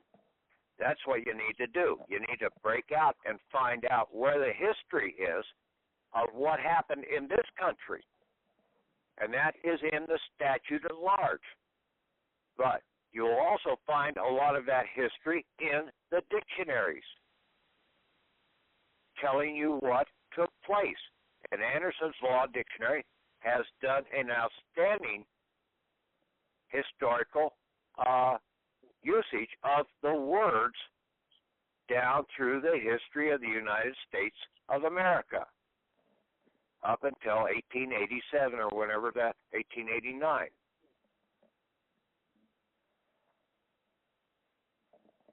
And that's Look, basically Patrick, where we're okay, at. I don't like to argue, okay? I'm still here. I think what you are doing has value, okay? Okay. I'm not trying to divert the attention, I will okay? apologize too. Let's drop it. Yeah, okay. Okay. Good. I'm going to mute.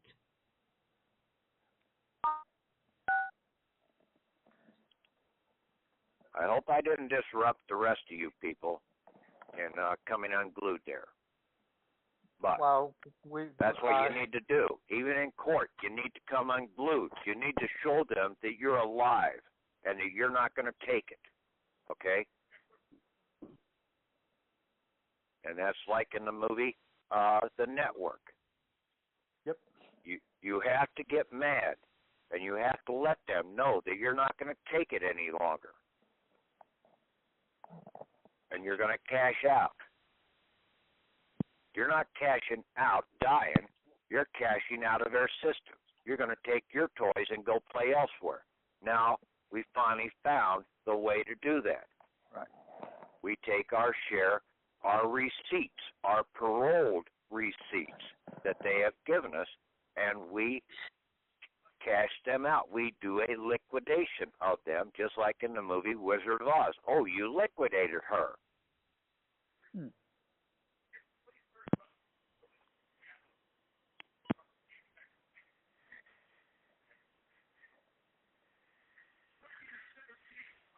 But you turn around, you do not, with the 1099-B, you take the whole package for the 1099-B. You submit the whole thing in its entirety, but you put down your information and what account you want terminated. You put either a copy.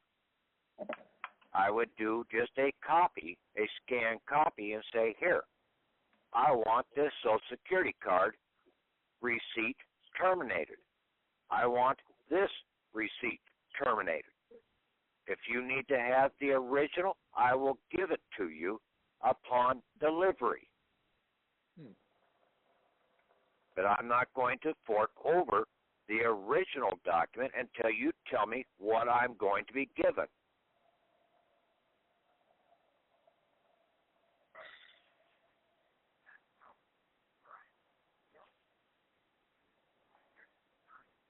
Like you need an exchange, right? So if you put that in, you're going to say, okay, I'll give you this, but you have to give me something in exchange to function. Yeah. Like I've already sent my Social Security card in, I've sent my driver's license, I sent my identification card in to them. So basically, I'm only operating with copies of those right now. They are really holding the others. I can tell them where the originals are, but do they need to have the originals? No. Okay? I like that. I can verify that that was a copy, my copy, and I am the certifier. I'm the living individual. I can make an affidavit of that, stating that fact, and then they've got to disprove it. I like that idea of when you send in the copy of making the offer to turn over the original when they deliver. That is one item, okay? Yeah. But they have not proven reliability out here to hand it over to them right away. Absolutely. I mean, that's like you go down to Dean Witter and basically you say, okay, I've got this certificate, I want to cash in. Tell me how much I'm going to get out of it. You take that same thing down to another broker down the street, and lo and behold, he's going to give you a better deal for cashing that in. Which one are you going to go to? The one that gives you the better deal. Sure. So you don't relinquish the original until you find out what deal you're going to be given. Or any deal at all.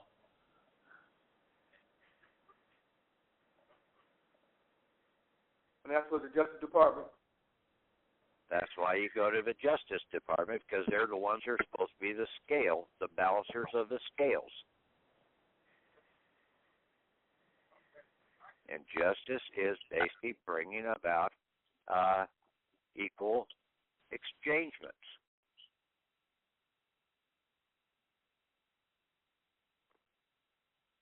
Let's see, the Justice Department, the blindfolds went on to Lady Justice in 1871 because we started operating under the unjust usury system known as the postal or the commercial system of liability insurance and everything else out here, the bondage over the dead. That's actually when they blindfolded her in 1871. Roughly about that time. Really, it's 1868. Amazing symbology. Wow. And see, that's what people never look at, okay? They just go out there and see, well, yeah, Lady Justice has always been blind since I've been around. Well, yeah, you've only been around the last 60 years or so. When did she go blind? Was she ever seen? Well, basically, yeah. There is one seal that's out there that does not have Lady Justice with a blindfold on. Oh, I'd love to find that. It's the Court of International Trade in New York City. Oh? I told you that in one of the previous audios. I didn't remember that.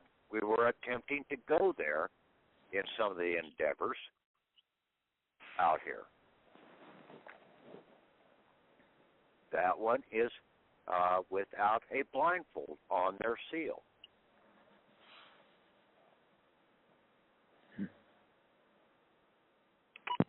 Did you just say it was in New York City? Yes. Yeah, that's what I thought. Thank you. Yeah, the United States Court of International Trade.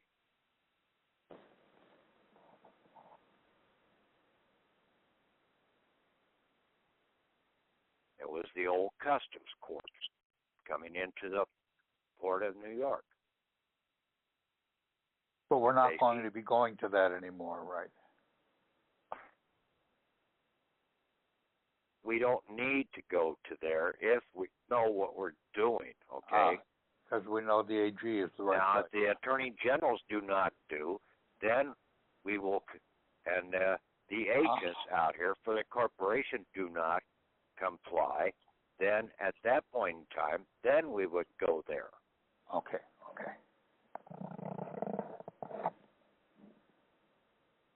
It's a court of last resort.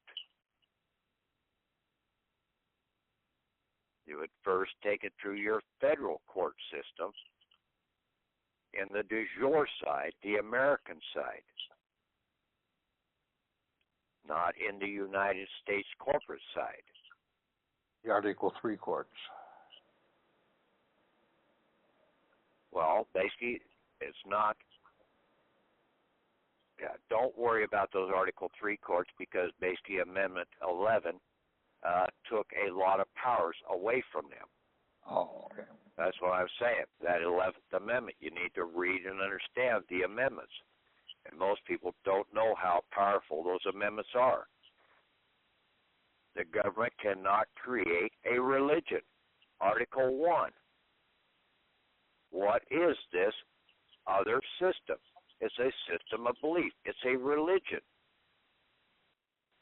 That's all religion is a different belief system. And if you are out here believing that you are a citizen of a fiction, then that's a false belief system.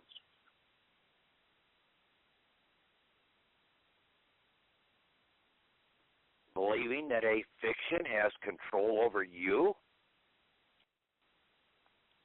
the creator out here, that's just like 90% of all the church religions. They get you to believe something that is not right because it's in opposition of right and wrong. It's an outright lie. The people want to believe the lie.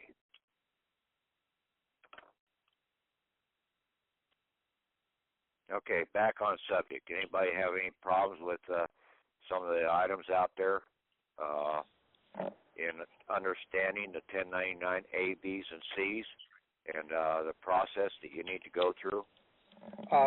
The question arose on your 1099-V. The very first thing you say, posted and delivered to postal agents. And who was it? Was Steve? You tried to look up posted in Anderson's and couldn't find anything? Yeah, once it's mailed, it's posted. So if you put a stamp on that and you cancel the stamp, you have now posted that document. As our own postmaster.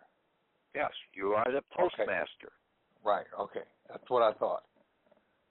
And I would put stamps on quite a bit of these things, like on the voucher. You're posting that voucher. You need to have that voucher.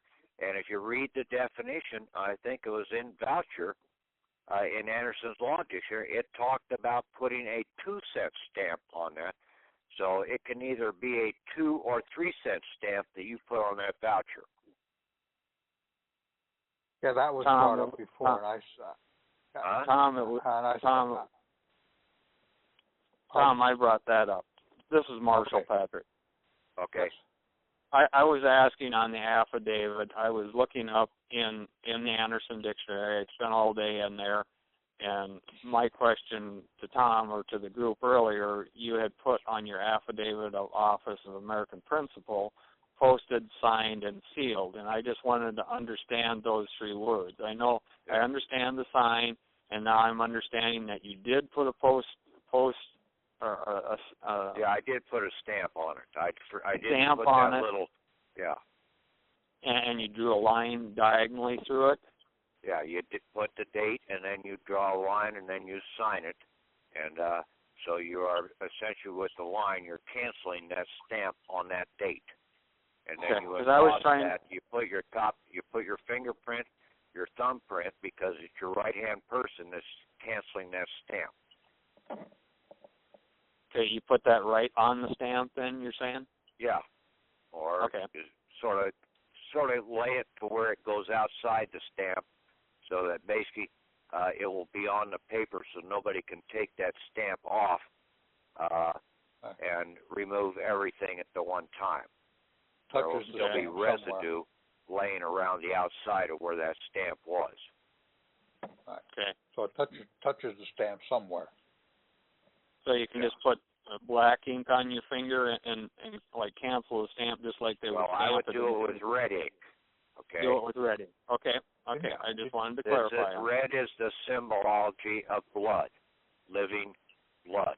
Okay. Well, didn't you say before you use your own blood, put your own living DNA on? No, don't go with your own blood. Just use the ink. Okay. Okay. Just get some red ink and use that with your thumbprint. Yeah. With AIDS and everything else out here, you get them into a frightful state. Oh shit! This guy's got real DNA that basically I can pick up AIDS from this.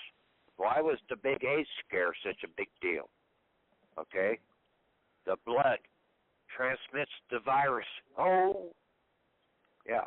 There's many other viruses out there that are more deadly than that thing. Okay, and then my last question was on the sealed part of the affidavit. Is that your embossing then, or is that still your thumbprint? Well, you always do your thumbprint. Basically, if you have an embosser, I would emboss the two of them together so that basically in an embossing, you are crunching it so that nobody else can get an actual, you've raised it at different levels and nobody can ever get an actual imprint of what your fingerprint and what your signature is. So somehow canceling that seal with something to cancel that. You're sealing it with wax, in a sense. Okay? Right. And Sylvia did find a round ink pad the size of the embossing so we can make it visible on the copies.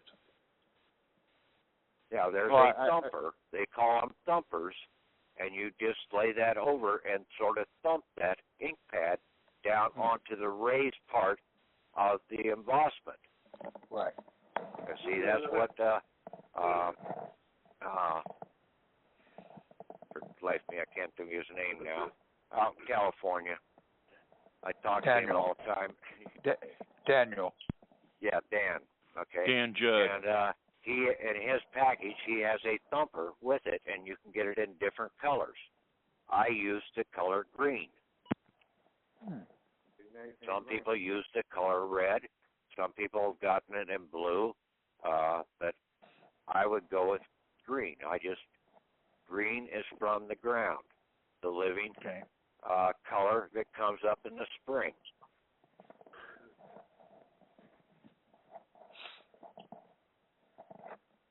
Thank you.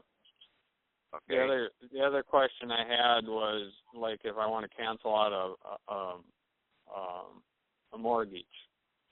You know, we're talking about the A and the C.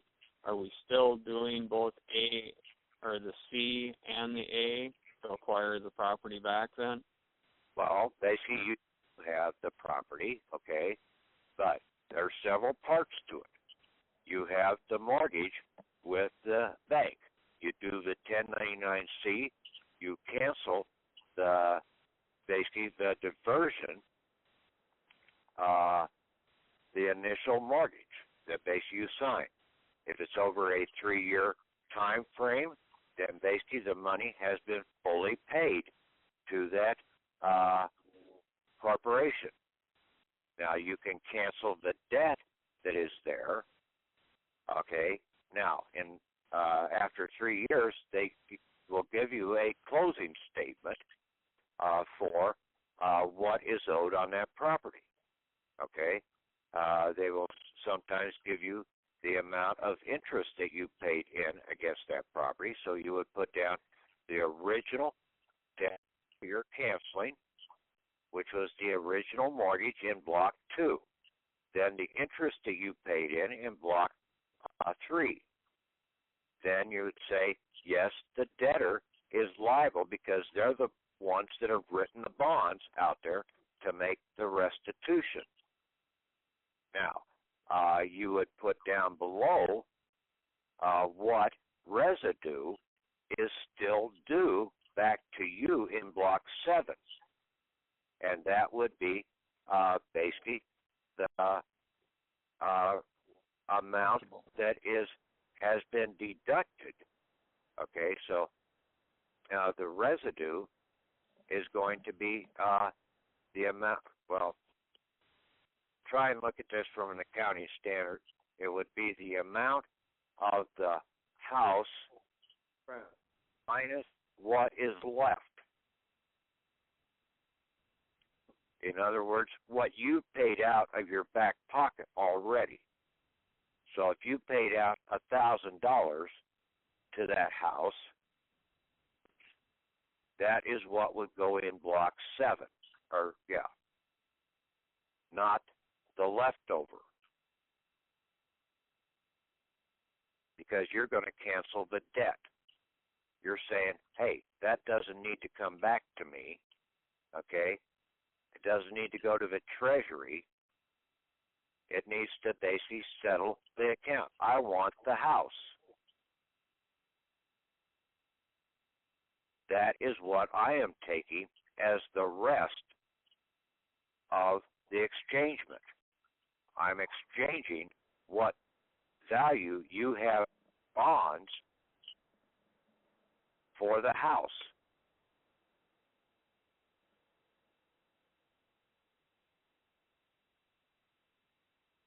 So what if you don't have nothing paid into it? Then what happens? Then it's a wash. Then you would have nothing in block 7. And you would just cancel it out and say, okay, here, I'm bringing this receipt, this mortgage receipt into closure, and basically you keep all the stuff. You do not owe it back to the Treasury. I want the house. So you just, that's what you write in box 7 is closure?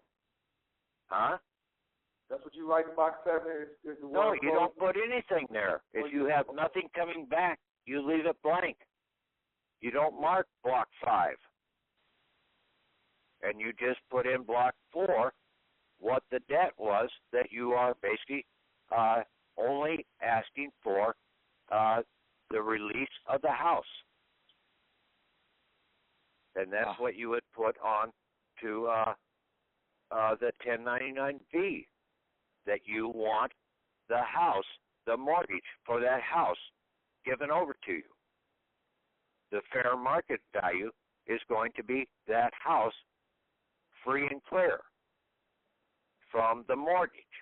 Now, it's still under a certificate of title with the state, and that certificate, that's a paroled receipt. You're going to have to take that and go to the Attorney General's office of the corporation and cash that stock security in, that receipt for a sheriff's.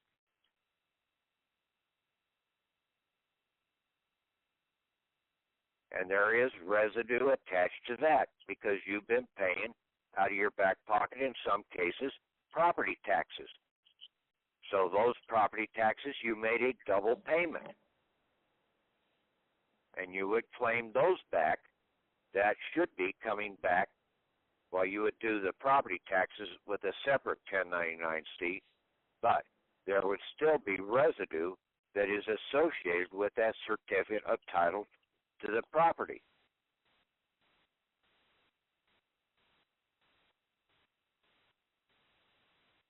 Some mortgages are complicated by the fact that you actually pay insurance and property taxes as escrow as part of your mortgage payment.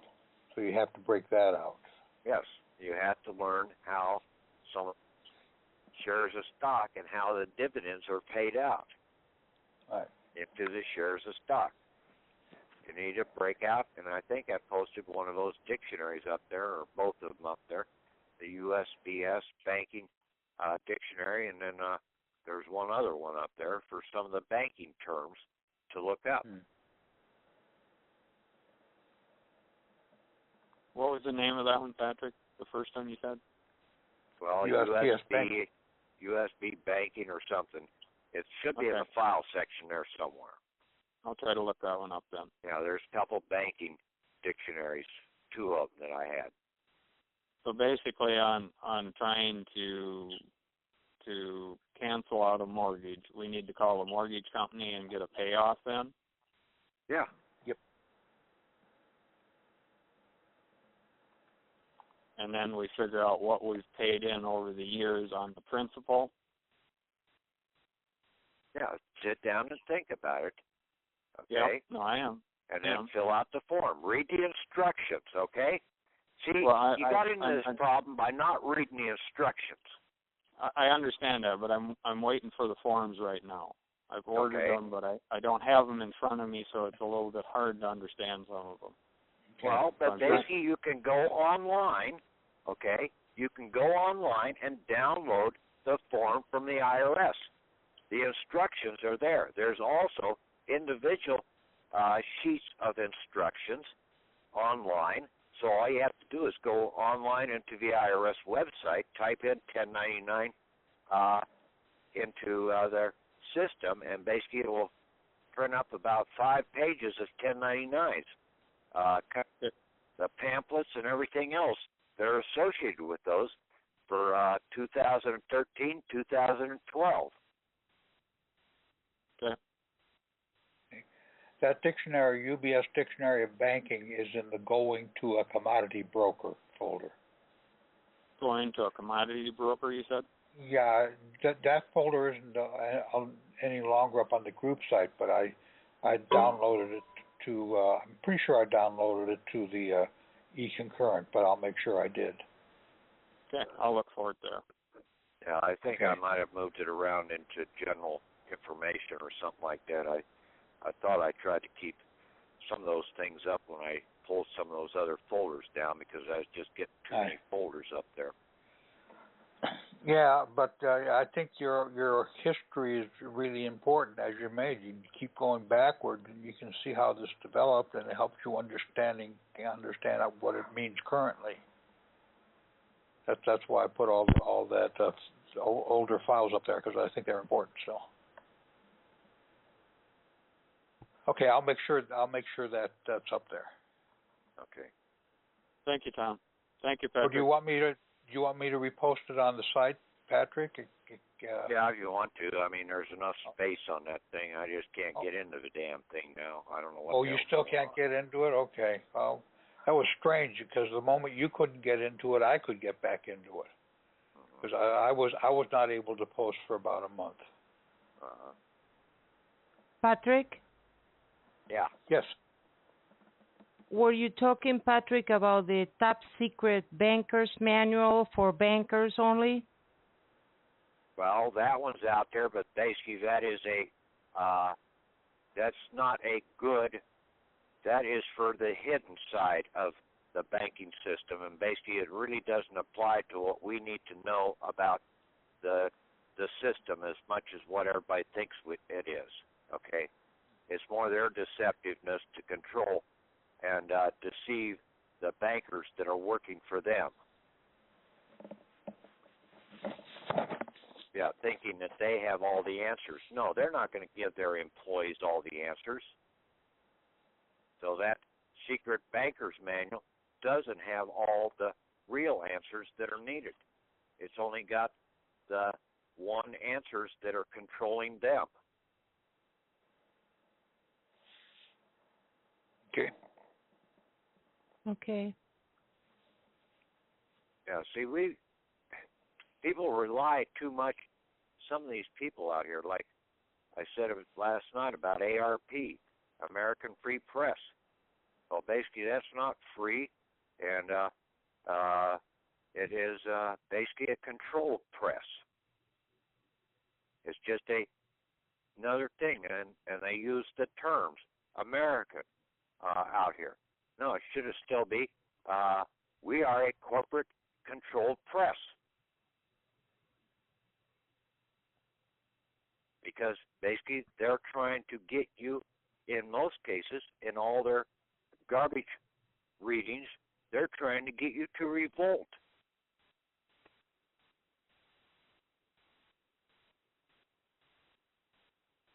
This country is basically one of the most complicit group of people on the face of the earth. There's only very few people out here that really are revolters. The ones that took the red pill. most everybody else is still operating under the blue pill.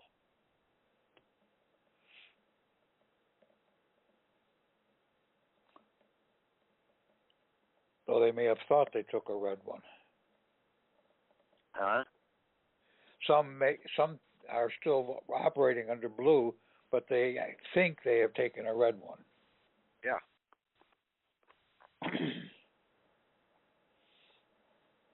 But they're just being controlled by a different source. Yeah.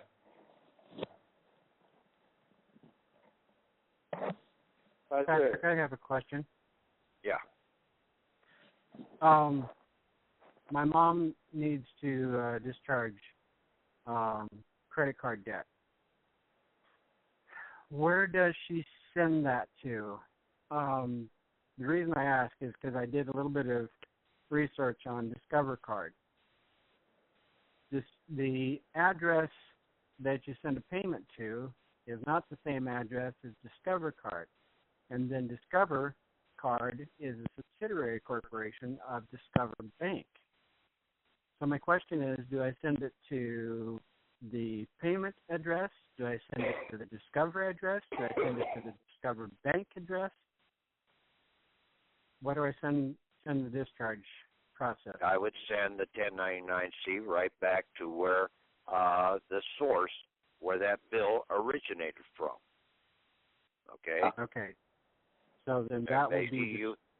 You put down their number, their depository number in there, and you're going to cancel the debt that's associated with that bill. Okay. And you endorse the back of that receipt. They send you, and basically that is a bill of receipt. You have received it. So it's a receipt. Okay? Yes. You received that bill, so it's a receipt. And you're going to cancel the debt behind that receipt. So you endorse the bill back to them. You do a 1099-C. You put down their depository ABA number, which is their 5-digit zip code plus their 4-digit box number. Okay. You put yours down, and basically then it is canceling the debt, and you put down their account number down in block where it says account number, down under the address for the debtor. Okay. And then you just cancel the debt, and basically it's a wash. Now, they don't hold that back to the Treasury Department. When we do this process, is Discover going to say, oh, well, fine, I'm going to pull your card? Well, they may, okay, because now you don't give a shit. Right. You understand this? Now you turn around, you take all your receipts that you have at the store, okay? You go dipsy dumpster diving and you pick up everybody else's receipt that they didn't want to take home with them, and you lay claim to them.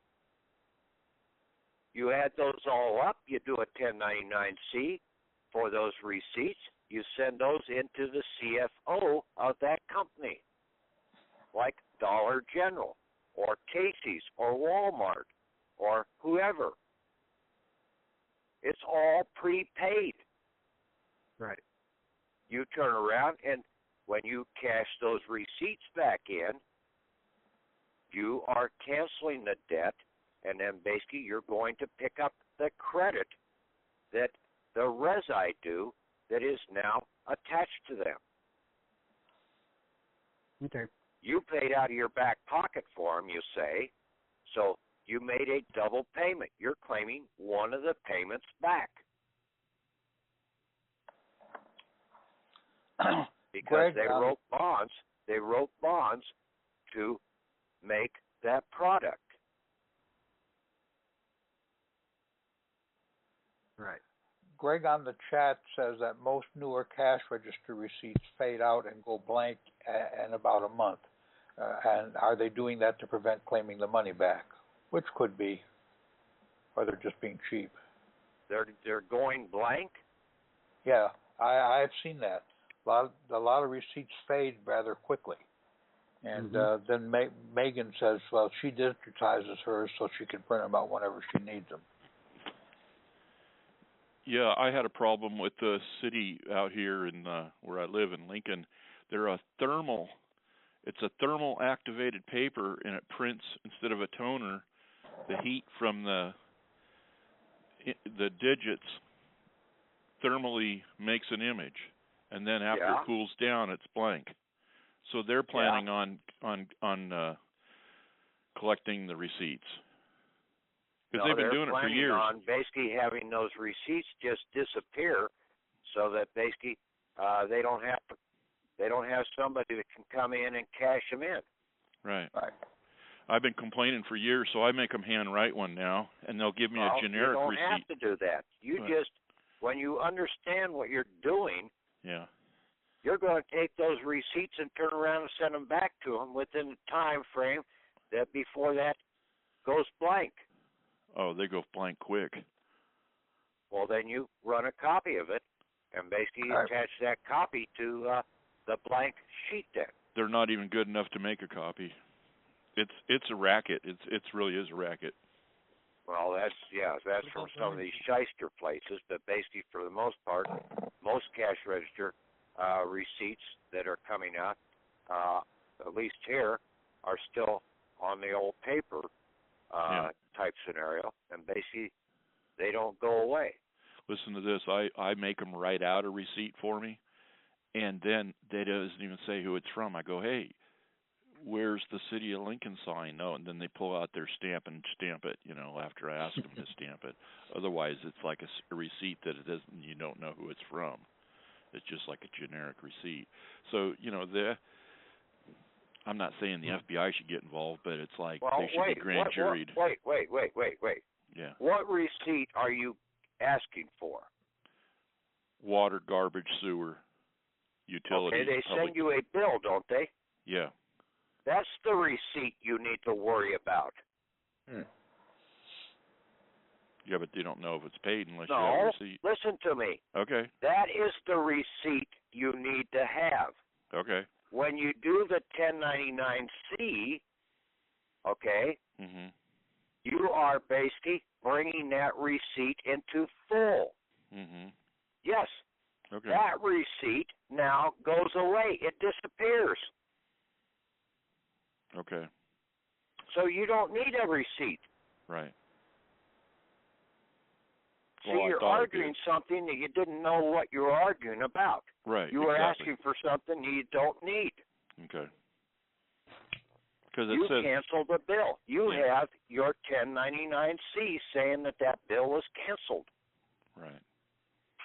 And you endorse that bill on the back, and send that in with the 1099-C? The original bill, the water bill that is sent out to you, you endorse that. You always scan a copy of that before you send it back into them.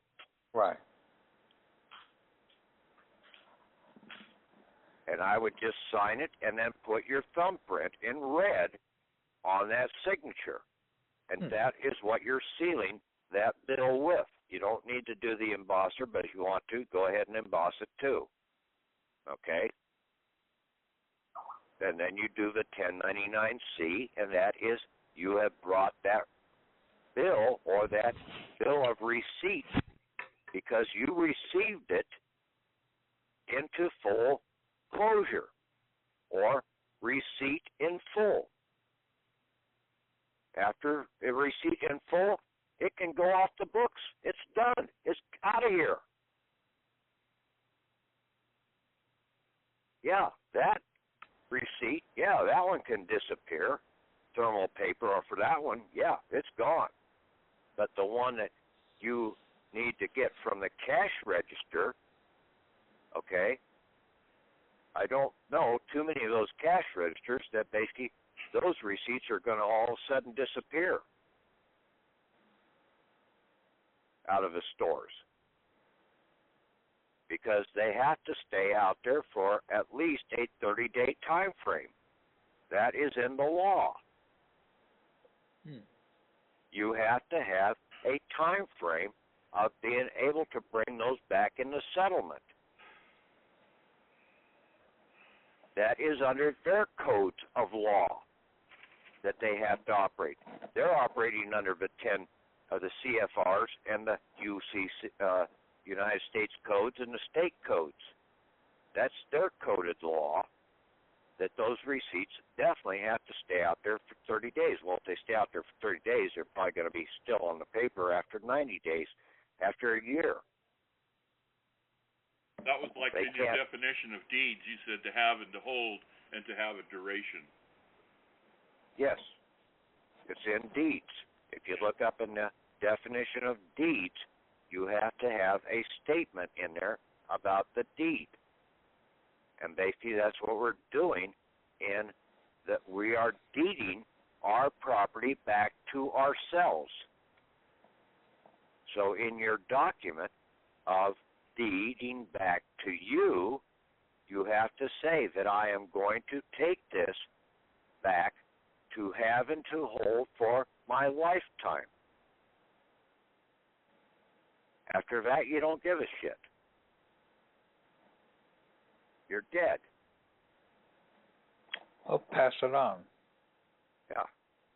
But at that point in time, you will to somebody else, and basically you've willed it over to them to have and to hold in your will.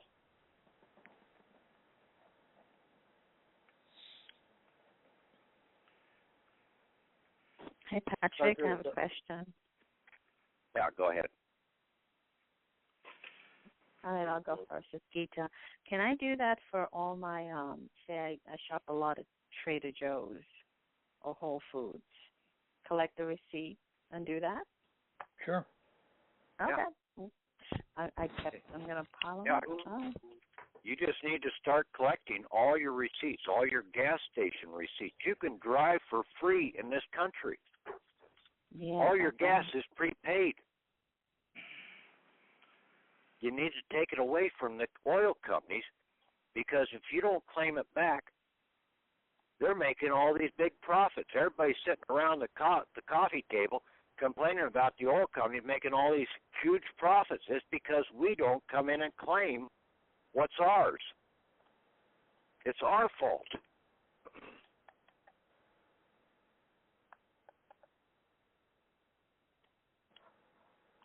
We can do this for any company involved in interstate commerce, right?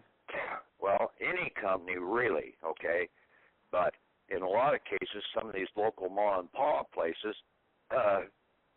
they do their own accounting and they don't understand the system. They go down to the bank and everything, but they don't know how to turn around and take the 1099-Cs and process them back into the system, okay? So basically you do a 1099-C to these little mom and pop places, and then the IRS is going to be coming down upon them, and they're not going to know how to set off the tax scenario, so they're going to close their doors. So you are essentially causing them harm. You need to come down and you need to start understanding the system, and then you start educating people in the local area about the just accounting system here in this country. So we can help our local businesses with this way. Yeah, you can start bringing them back into play to where they can run competition with Walmart. And so a local construction company should not have any problems with this kind of thing, because they're used to already dealing with banks.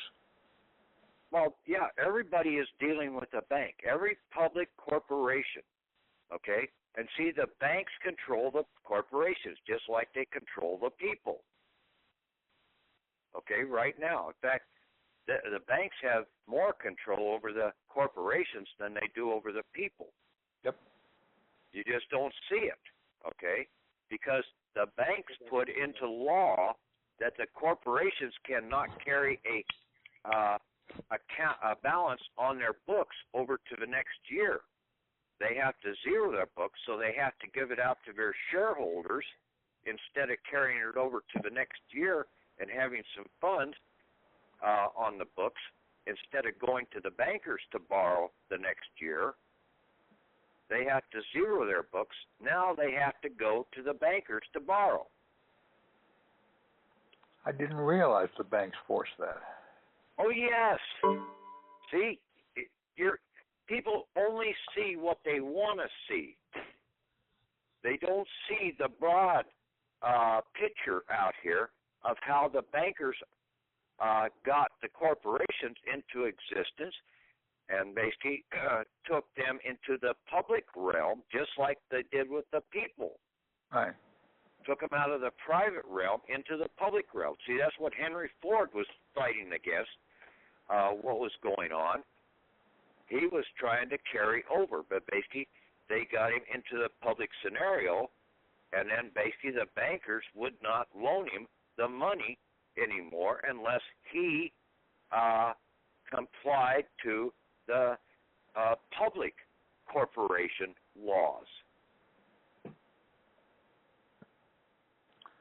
Well, I knew that most corps were run. When people complained about they and complained about the corporations, I've known that they've complained about banks, but I didn't realize the gimmick that they used to enforce that control, and that forcing them to zero their books. Man, that's a neat trick. Yeah, I mean that's been out there for years. Even the country, the United States, has to zero its books at the end of the year. So now it has to borrow money to start up the government. That's why the Republicans and the Democrats sit there and try and force things through at the end of the year onto the people. Wow. To get their pet peeve programs forced through. Patrick, the dictionary you were mentioning, is it the UBS Dictionary of Banking? Yes. All right, I'm going to drop it there in the Skype, Thomas. Okay, I have it on my computer already. There's two of them, okay? One is the UBS Dictionary of Banking, okay? The other one is the Campbell R. Harvey's Finance Dictionary. Campbell, can you repeat it, please? Campbell R. Harvey's Finance Dictionary, and I think I posted that up on the site too. It's in a zip package.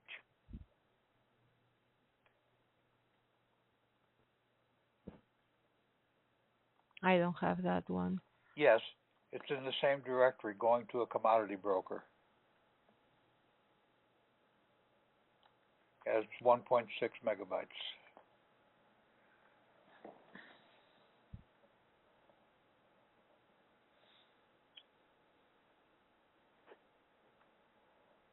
I have a question about the W-8. And I know but anyway, what the question is about I know one of those lines gets it foreign exempt, but what does the other two lines get, since you're not putting your EIN number in there? Well, basically, you're just saying that basically my EIN numbers are tax exempt. You're a foreign entity.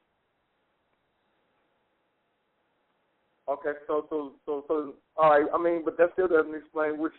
So I could put either EIN number in there, either the 98 or the regular estate number. Yeah, you could put both of them in there. Okay. You put one in one block, and you say that this is the estate EIN, and you are the American principal. So basically, it is going to be under an exemption scenario, because you're going to be able to know how to cancel all the debts with the 1099-C. You owe no taxes. All taxes have to come back to the source. So you're going to get the taxes back anyway, so you're really exempt. Okay, and then the other one, you could put your 98 series number if you've gotten that one. And that is definitely an exemption number, because that's a foreign grantor. number. And that's, if you've got that one, that is like you are Neo in the movie Matrix. You've already unplugged yourself, but you still have some residue attachments back into the Matrix that you have to make the complete unplugging. And that's what we're doing when we're doing the 1099-Bs to the Attorney Generals with our certificate of live birth, with our driver's license and everything else. And then when we're going and taking a claim back to Chrysler, General Motors, or Ford Motor Company, or whoever has the manufacturer's title to that vehicle. Now, if you've got a foreign-made vehicle, you're on your own. I'm not going to help you there. I don't know. I'm not going to even bother looking into that scenario. But that would have been under an importer's process. So you'd have to look up about importing into the country documents that basically would go along with that MSO, manufacturer's title of origin. Who is holding that import. Now, like on your house, you send the title to the house back in, and you put it into the Attorney General's office, and one of the things you're going to want is the allodial title with that, when you give that receipt, that certificate of title to the property, receipt back to the Attorney General's office to broker it out, is that Attorney General's office is going to have to go to the state land management system and get you a free and clear allodial title as your valid confirmation that you own that property outright and that the state has no claims against that. Wow. So you need to know what you need to ask for, and you need to go to the right place to ask it. You need to go to the source. You don't go, if you want to kill somebody, you go to the heart, okay? You don't go to the big toe and think you're going to kill the giant.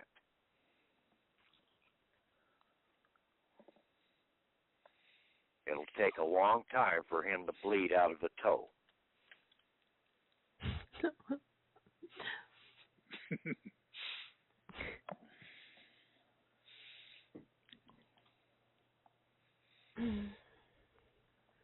Okay, any more questions? Go ahead. Question, Patrick. On the envelopes for the penalty use, yeah. I was looking in your zipper, your PEO zipper file, number 1.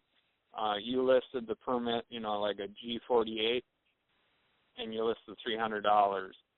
On that, there's no stamp on there. It just said that it's prepaid or pre-sorted. Right. Yeah. So you don't get any I just on referenced that. Okay.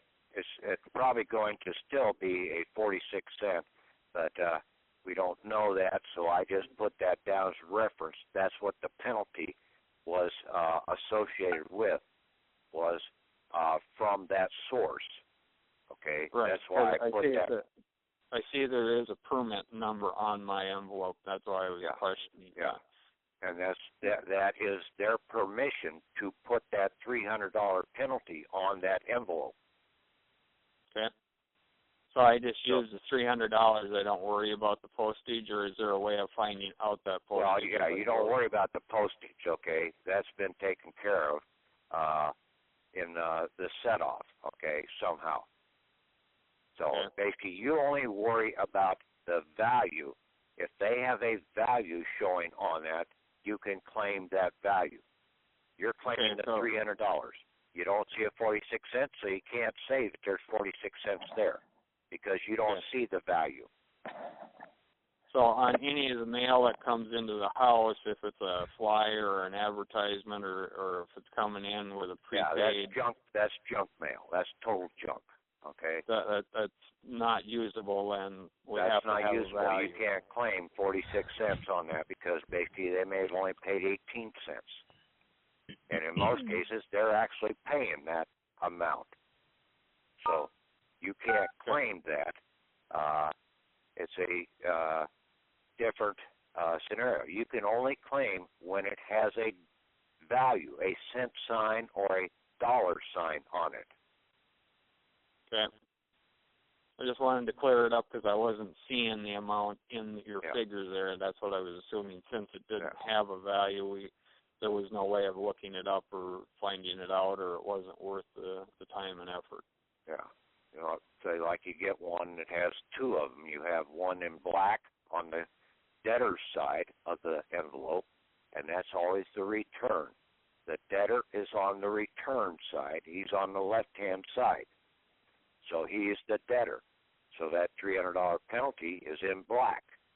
Now, on the right-hand side, in some envelopes, you will see also in the stamp itself another $300 penalty written there in red. Okay? So now that is a deduction on the creditor side also. So that is a dual payment of $600. And then in most cases, it'll also have the value, like $1.43 or something like that, in the postage on that. You can claim all of that back because that postage was in red. Okay. And the values are there. We can see the values. Yeah. And then basically you take all of your other stamps that come into the house, and basically if it shows up as a 46-cent stamp on that envelope, or a actual stamp, or an embossed stamp on a print stamped onto the envelope by Pitney Bowes or one of these other stamping organizations, authorized stampers, then you can claim all that back. You add that all up, you put that value, the invoice, plus all those cut-off stamps. You don't have to send the whole envelope. Just send all those back, and that I would put them on an invoice and just do the endorsement on the invoice instead of the individual stamps. But for the $300 penalty envelopes, I would send the whole envelope back to them and basically endorse it. But make also up an invoice sheet. But endorse the invoice sheet rather than all the individual ones. Yeah, but for the $300 penalty envelopes, since you're sending the envelope back, I would endorse the envelope also. Yes, I understand that. Because the question came up last night after you were off, we were talking about, well, if we could, if the neighbor is throwing away the envelopes, if it had their address on, but if we would take just the stamp area off, then we wouldn't have to worry that it's somebody else's receipt or envelope. Yeah. Kind of dumpster diving for the $300 penalties, you can't claim their $300 penalty. That was only delivered to that address. Okay. That's why on the $300 penalty envelopes, you need to send the envelopes back because they have to see that it actually was delivered to your address.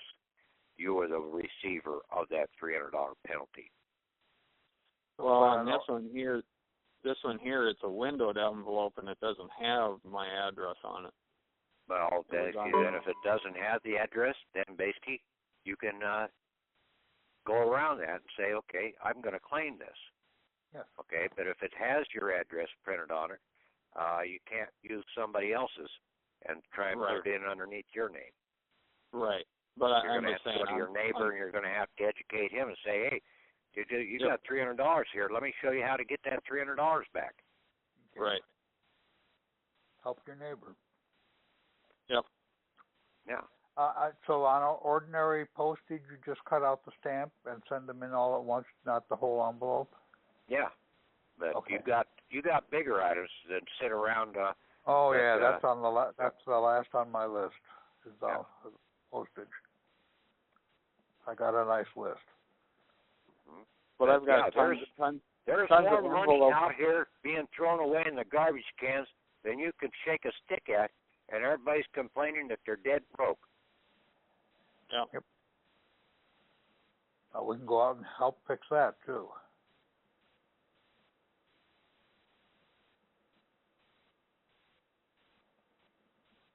Patrick? Yeah. When I want to purchase a car, could I take a photo of the window sticker, how much the car costs in the window there, and send that in with a 1099-C, a 1099-A, 1099-V? You don't need the 1099-A, okay? Forget that one. All okay? right. You just need to have the 1099-C. You're going to come in and cancel the debt, and then you're going to claim that value, okay, fair market value for that vehicle back, okay, in Block 7, okay? And then on your 1099-V, instead of a dollar payment, you are claiming the car. That is the value that you're claiming. And on the 1099-V, in the additional voucher collection assets and or document details, you list in there that you're claiming the vehicle in place of the value, and plus you're also claiming the manufacturer's title as a free owner's title, free and clear owner's title, to be delivered to you as the APEO, American Principal Executive Officer. Okay.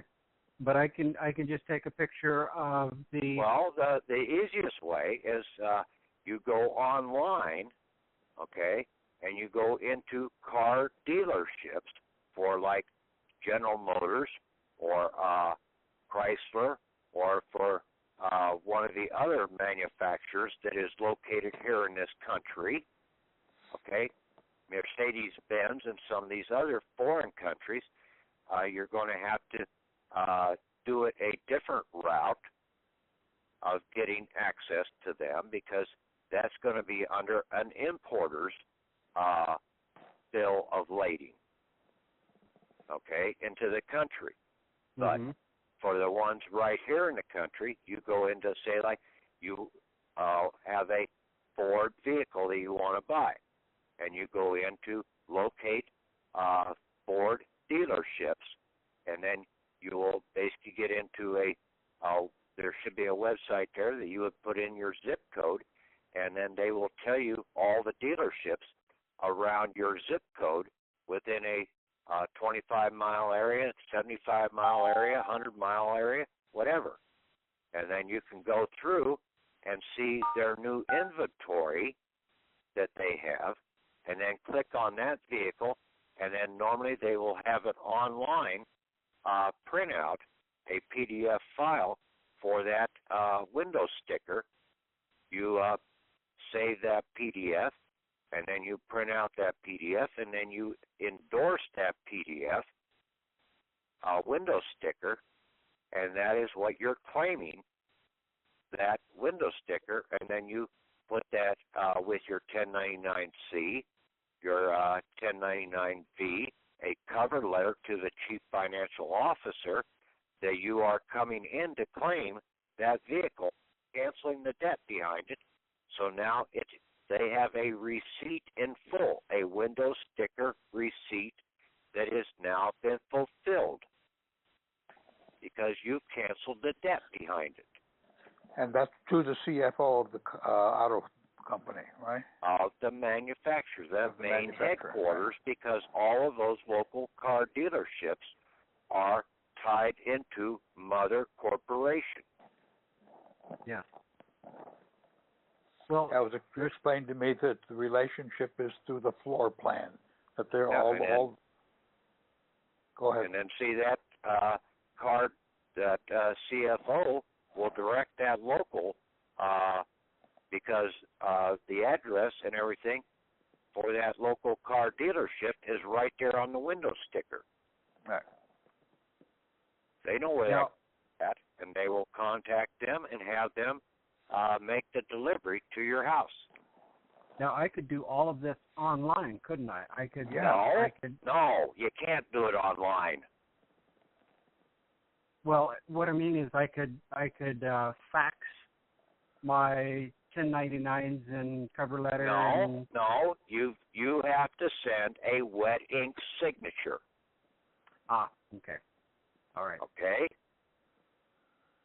Plus, you need your voucher on there. Yes, you need to have your voucher. You need to have, and basically you need to have it under the stamp. Okay, and you need to have it to where it has either a certified mailing or an express mailing of showing that it has been delivered to them. You have to have proof of delivery. Okay. Yes, you can do for certain things. But for a transaction, you have to go the old-fashioned way and put it into the mail. Okay.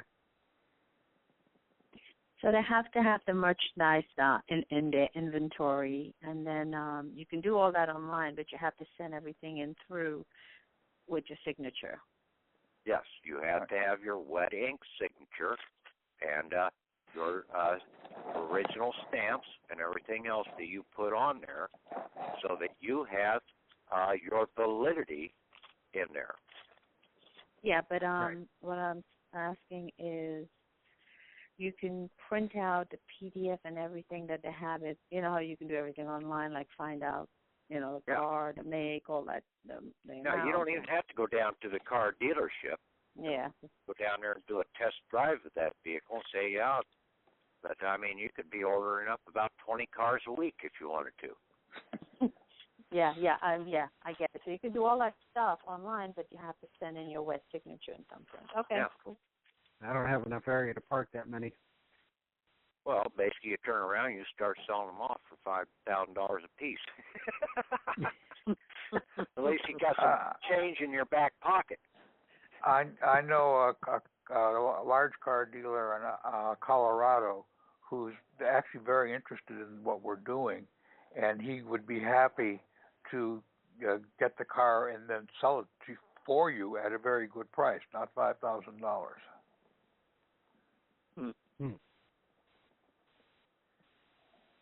Something for the future. See, the big thing is you're getting the title free and clear. Yes.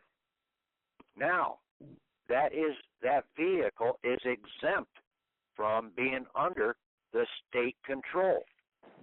You take that down, the manufacturer's title down, and you need to have an exempt identification for that vehicle from the state to protect them from you. So they're going to have to give you, you may still have to pay for the printing up of the license plate, $10, $15 or whatever, to have the prison employees go and print you out one, but basically you get that exemption plate, and then basically the cops can not write a ticket against you unless you have physically broken the peace or caused physical. And there's they can't arbitrarily come out and say, well, you're breaking the peace.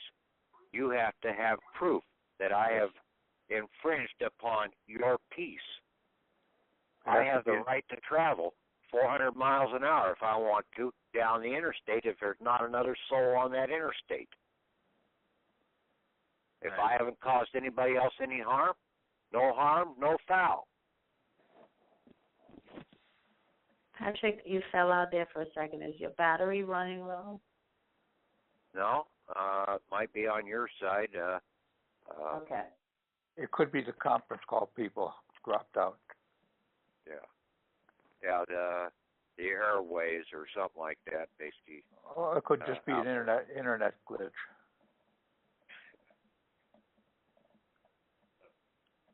Well, you've certainly given us a lot of big picture stuff, but even more detail. You're keeping us real busy now. Yeah, this thing is bigger. I mean, but it is so simple. Yes. But it's gonna involve a little work. Okay. You have to put the effort in to get the rewards. And basically, you might get finger cramps in writing all these 1099 A's, B's, and C's out by hand. They didn't want to make it simple.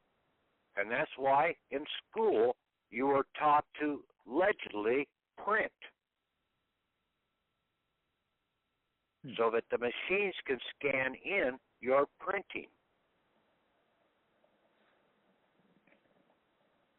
Or your writing. You have to try and write legibly so that somebody else can read your writing. Don't sign it the way the doctors do, or the lawyers, with a scribbly line. They do that on purpose.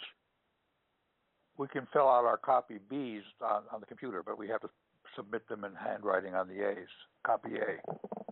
Well, basically, yeah, when you do the copy A, you're going to have an original copy B behind it. So you can, for your records, now do, after you get your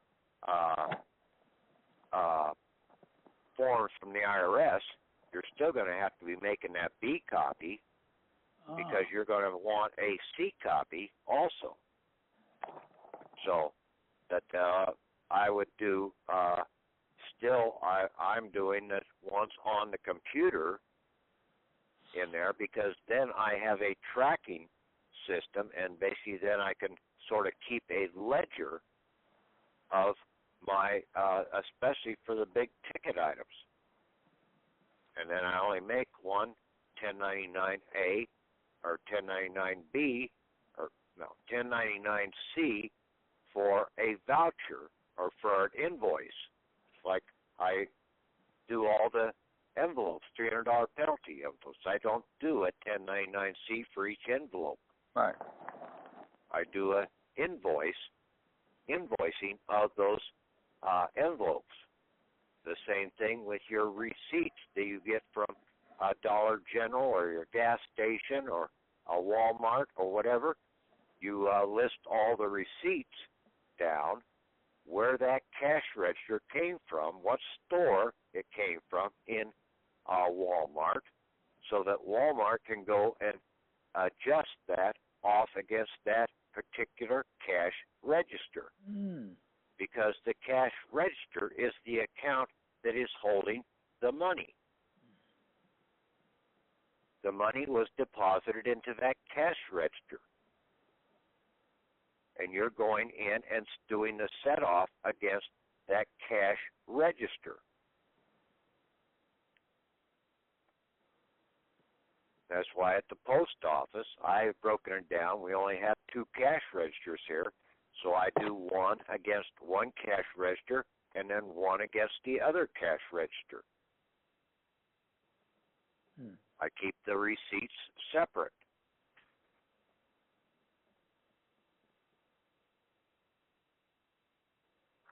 And so you would put the cash register in the account number section on the 1099-C. Well, you may or may not. Like with Dollar General store, they have 3 cash registers. So on the invoicing sheet, I put down the store number and then dash 01, 02, and 03 to tell where that receipt came from, which cash register, but it's on the invoice. Okay. But I invoiced the store in a whole with the 1099-C. Okay?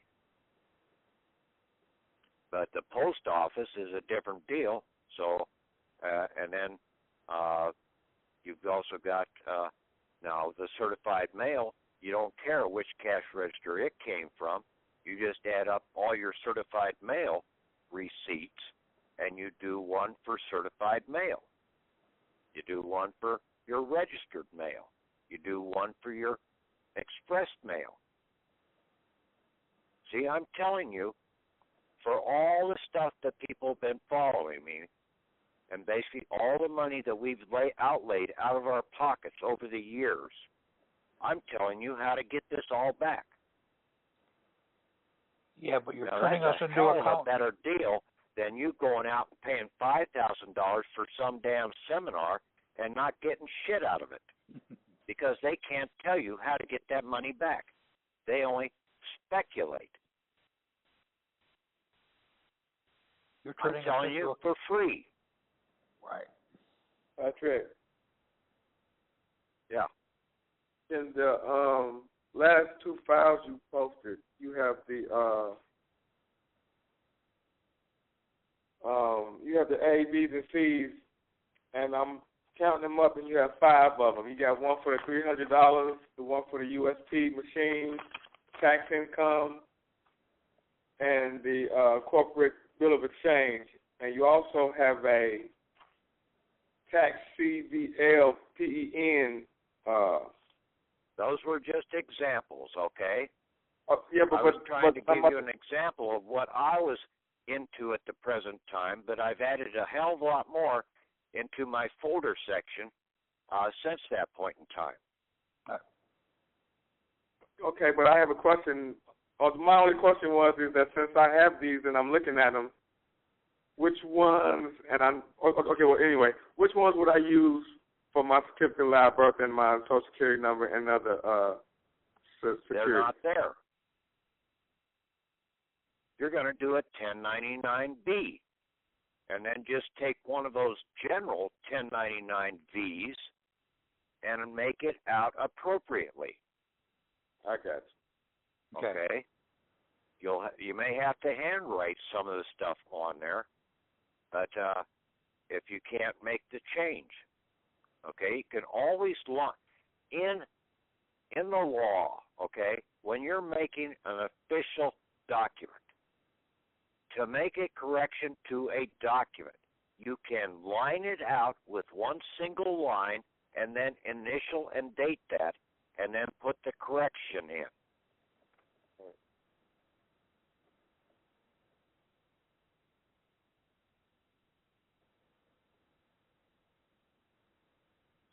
Yes, we went over the 1099Bs both earlier in this call and in last night's call.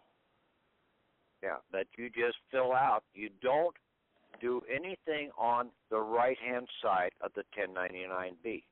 The only thing you will fill out is primarily your address and the account or the document that you are submitting into them.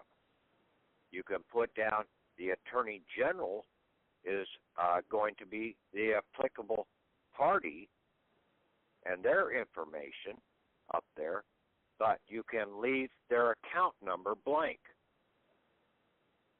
If you don't know their federal identification number, if they want DIN, just leave it blank. Let them fill it in because they're going to have to fill the rest of the form in. And then they will send you the C copy back after in the settlement. That is your receipt, is to get the C copy back from them. But you demand justice, and justice is exchangement. So you're submitting this security, this paroled security, in for exchangement. Justice.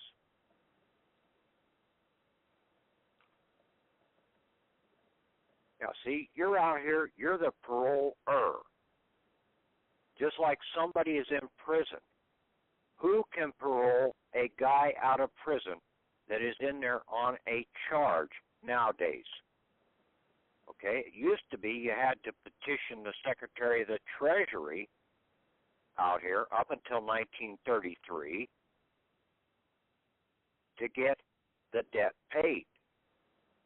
You would go, if the court is not going to process it, then you would turn directly to the petition into the Secretary of the Treasury to go into the American We the People's Treasury and pull the funds out to pay the debt because that Treasury belongs to the people. Well, since 1933, they gave you your access to the Treasury. So now you are the one that has to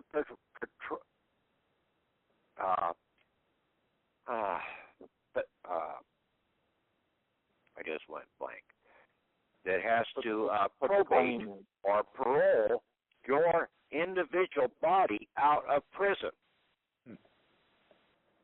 You do a 1099-C into the court system to make payment or restitution for that charge.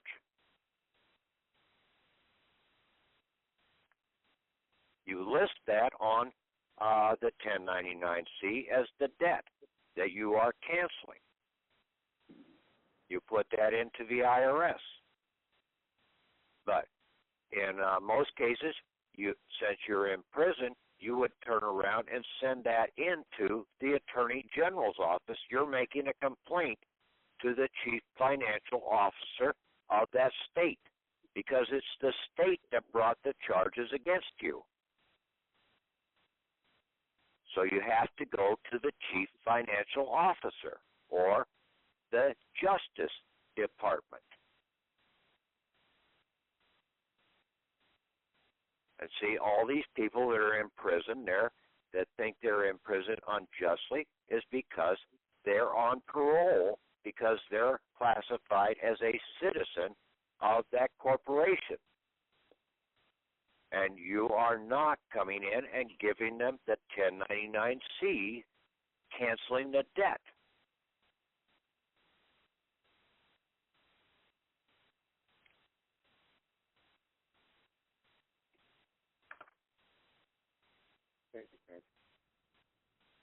Any comments on that? Well, I have a couple of people I want to help that way. One of them is a lawyer who got sent up on a really bum rap trying to help people defend against foreclosures.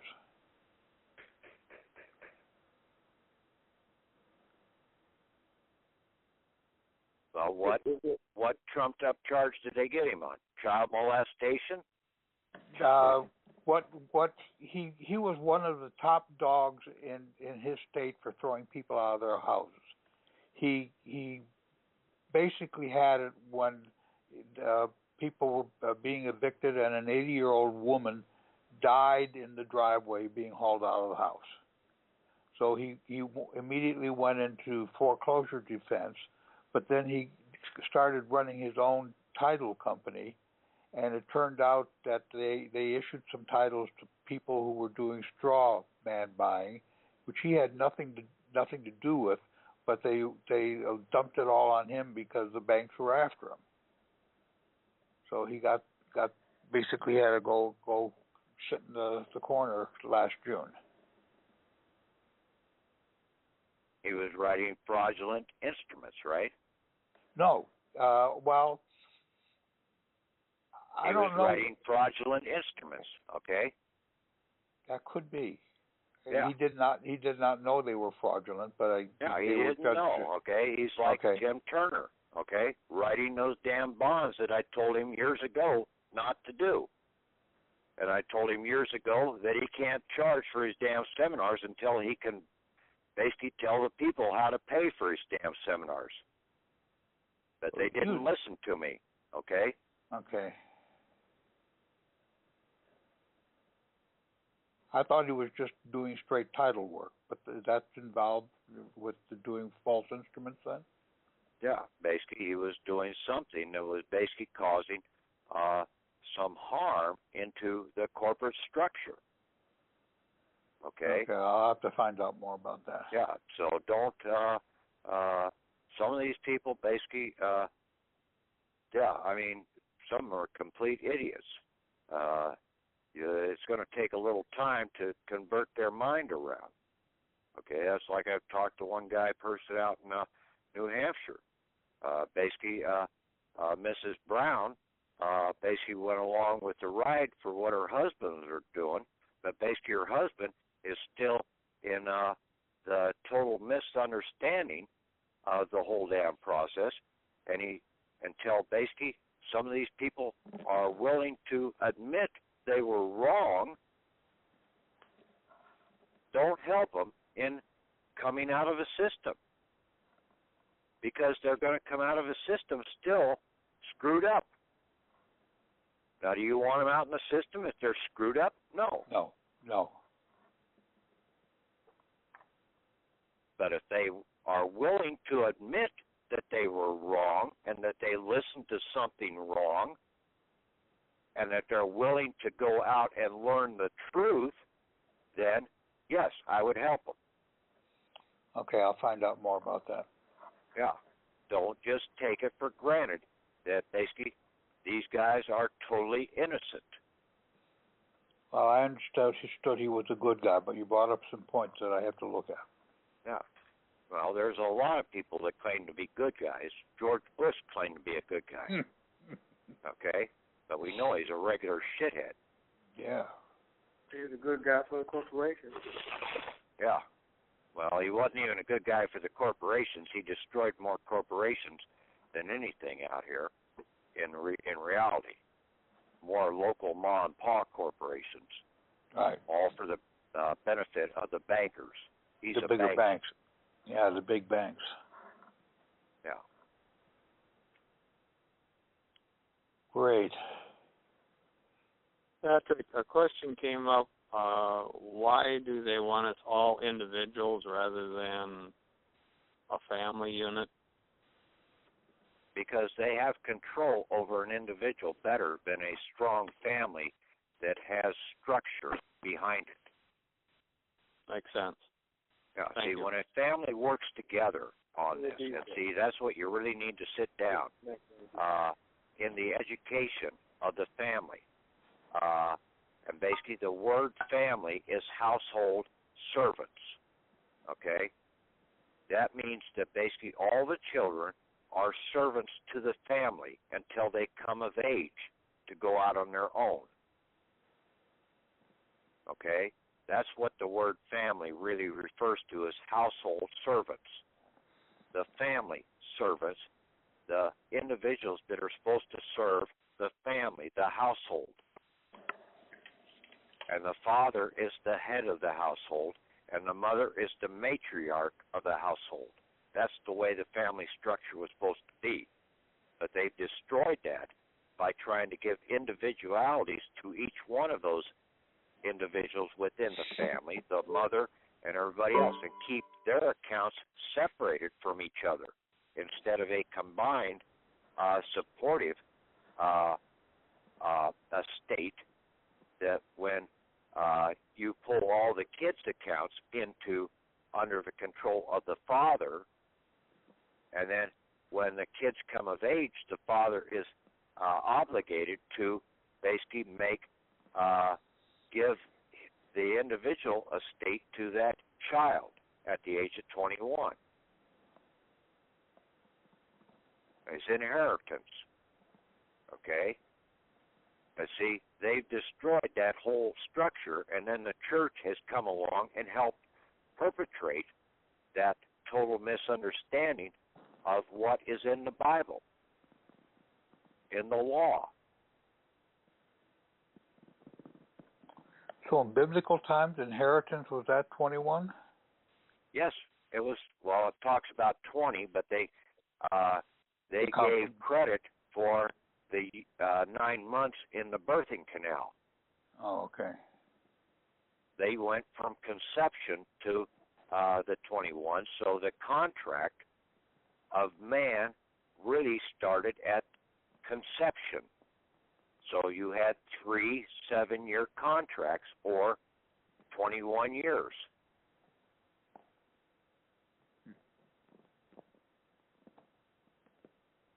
And then the obligation to the defense of the country came about at the age of 18 and ran until the age of 25. The age of 25 is in the Bible also because that is the time frame that basically the human body has reached its full potential. After that, it's on the downhill side. Mm-hmm.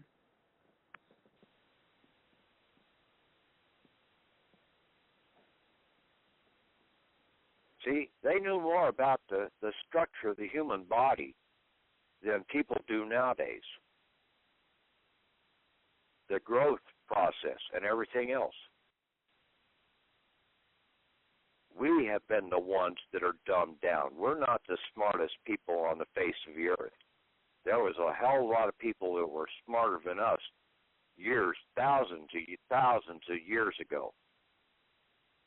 But basically the bankers and the religious leaders, the scribes and the Pharisees, have dumbed us down over the years. I like the Naomi Klein's phrase that we have become the United States of amnesia. Well, basically the whole world is in a state of comatose out yes. here. Okay? Yeah. Right. They're just walking around, and just like in the movie, the Adjustment Bureau. Okay? The two people in there fought for their right of free will.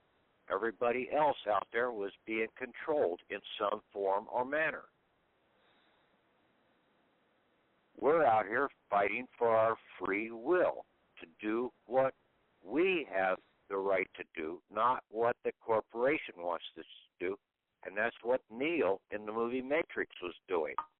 He was coming out, but he couldn't quite make it until basically at the very end, and then he had to go to the source to make the break.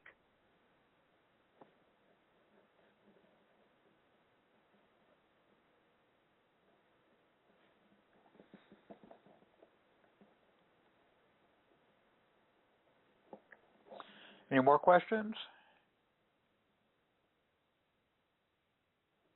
Probably put everybody to sleep. No. You got us thinking. Patrick. Yeah. What about the 1099 Bs? I don't see you have a template up on that and how to fill that out. There are some up there, but just use them as examples, okay? Print out a blank one and then fill it in. You need to start thinking, what do you want in there? Okay? I tried to put in one of the items up there an example of what I was doing on a certain scenario. Okay? But I can't put an example up there for all the different 1099-Vs that you're going to be doing. Okay? You've got to think about what you're claiming back. See, that's a warrant. A voucher is going to be a warrant. And you are basically coming in and saying, this is what I am placing under warrant. What I am due back. My res I due. I do. I'm arresting this money. Yeah. And basically it will be under a voucher, but it will be turned into a warrant after 3 days. At that point in time, then you can take that down to the sheriff's office or the U.S. Marshals and come in with your affidavit of standing as an American principal, and you give that to them to go and make the collection. See, the court is not the only one that can issue a warrant. And the warrants that the court issues are frauds in most cases because they never clearly identify, and that's one of the requirements of a warrant, is to properly identify who is to be arrested. The warrant that they send out just has like Patrick Devine. I am not Patrick Devine. Patrick Devine is an account. But the cops don't understand that. You have to educate them on, hey, that is a fraudulent warrant. That does not clearly identify who is being arrested. I am Mr. Patrick Devine. I am not Patrick Devine, an account.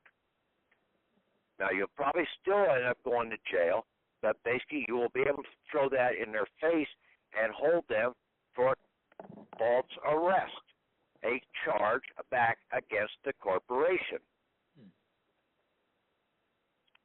You do that 1 or 2 times, and basically they will hands off you and not touch you again.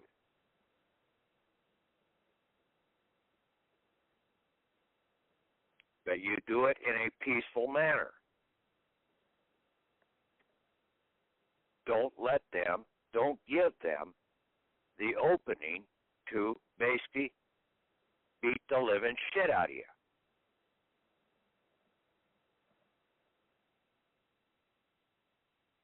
Because you may never recover from that. Yeah.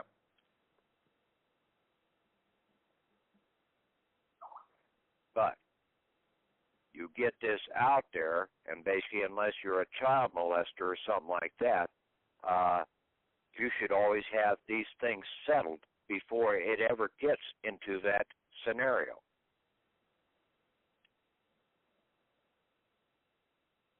By doing the 1099-Cs, and you are paroling your fiction. You're the paroler, and you're going to parole him out by doing the settlement of the debt, by canceling it.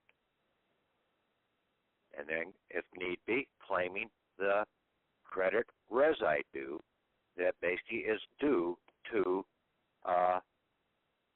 back to the source, to you, in line or in box 7 on the 1099-C. And then you issue your warrant before they ever get a chance to issue their warrant.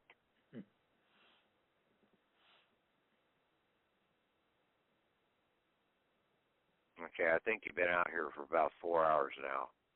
3.5, but that's still good. It's time, and you've given us a whole lot to work on. Thank you, Patrick. Yeah, unless there's some key question or something like that somebody has, go ahead and ask it.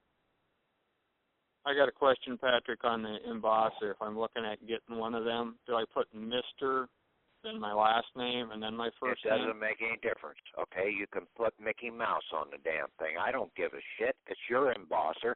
You are just embossing your signature. You're combining, you're crunching, okay? So whatever crunches that to your heart's desire, that's yours, okay? That is not the signature. Right. Or the thumbprint, okay? That's just something that crunches it. Right. Like okay. I told somebody yesterday, you can take a hammer and pound on it and sort of crunch it a little up, okay? Yep. Thank you. But he does have a sample. He has a sample on the website. Yes, I've seen that. I was just questioning the order or if it made any difference, but you answered that. No, you No, that's up to you. That's up to you. That's your right of free choice. I am not going to control your right of free choice. Well, I was just questioning if it had any difference on it. I know, but I'm trying to get you to taking your own responsibility of free choice. Yep. You make the determination. I'm not here to control anybody. I'm only here to try and show you the way and the path, just like the man Jesus did 2,000 years ago. I'm following in his footsteps the same way to try and break out the path in modern day. And I'm no God. I am myself God, but only to me. Just like you are to you. Your spirit is to you. That's your God. Because he's the one, your spirit is the one that brought you up from the ground.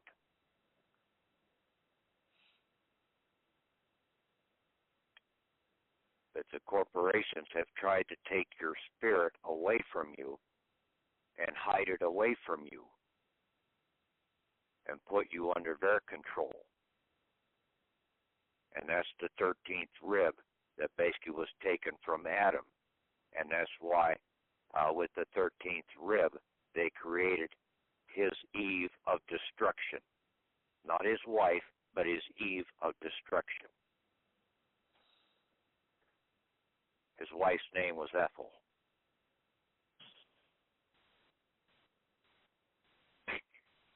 Come on, give me a laugh. Okay. Yeah. Okay.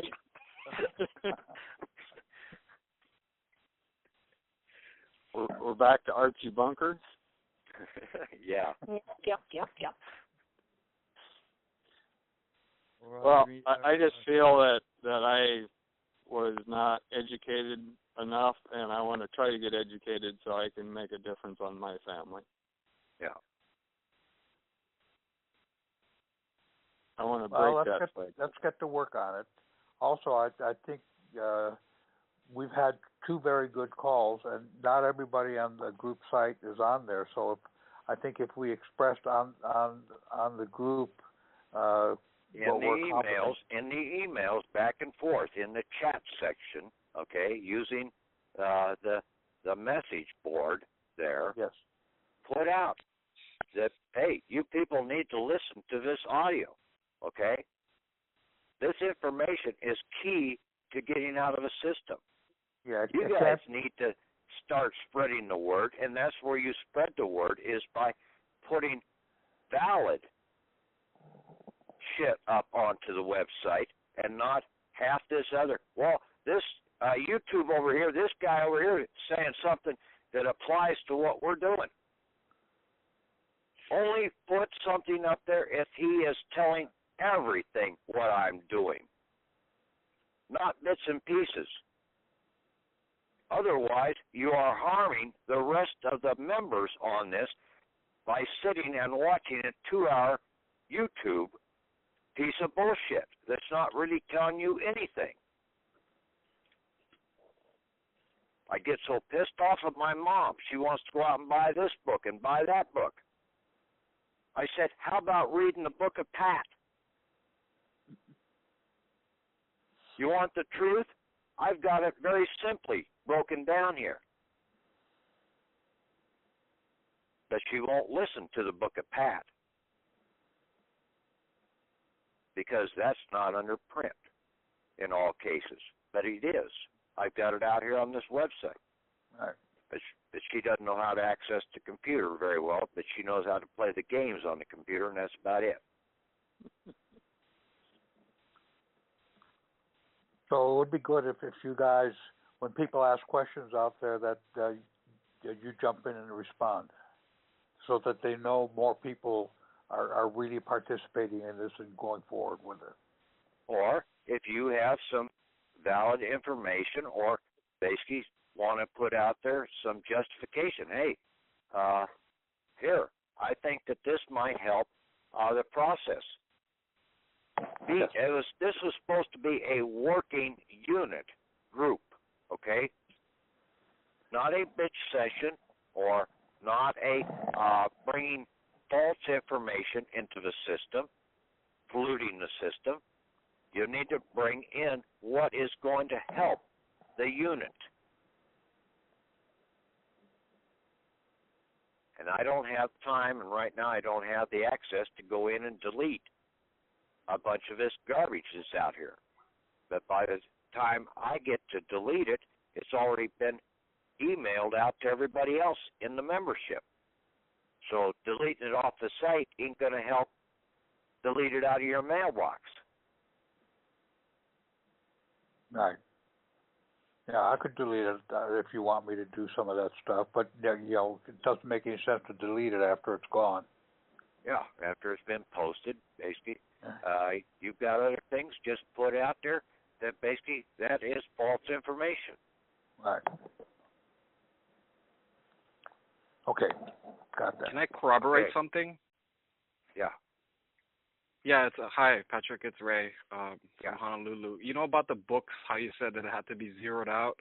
So, yeah, that's true from what I can see firsthand from working in the Labor Department here, is that, yeah, all of the federal funded divisions have to basically spend all of their money for the year.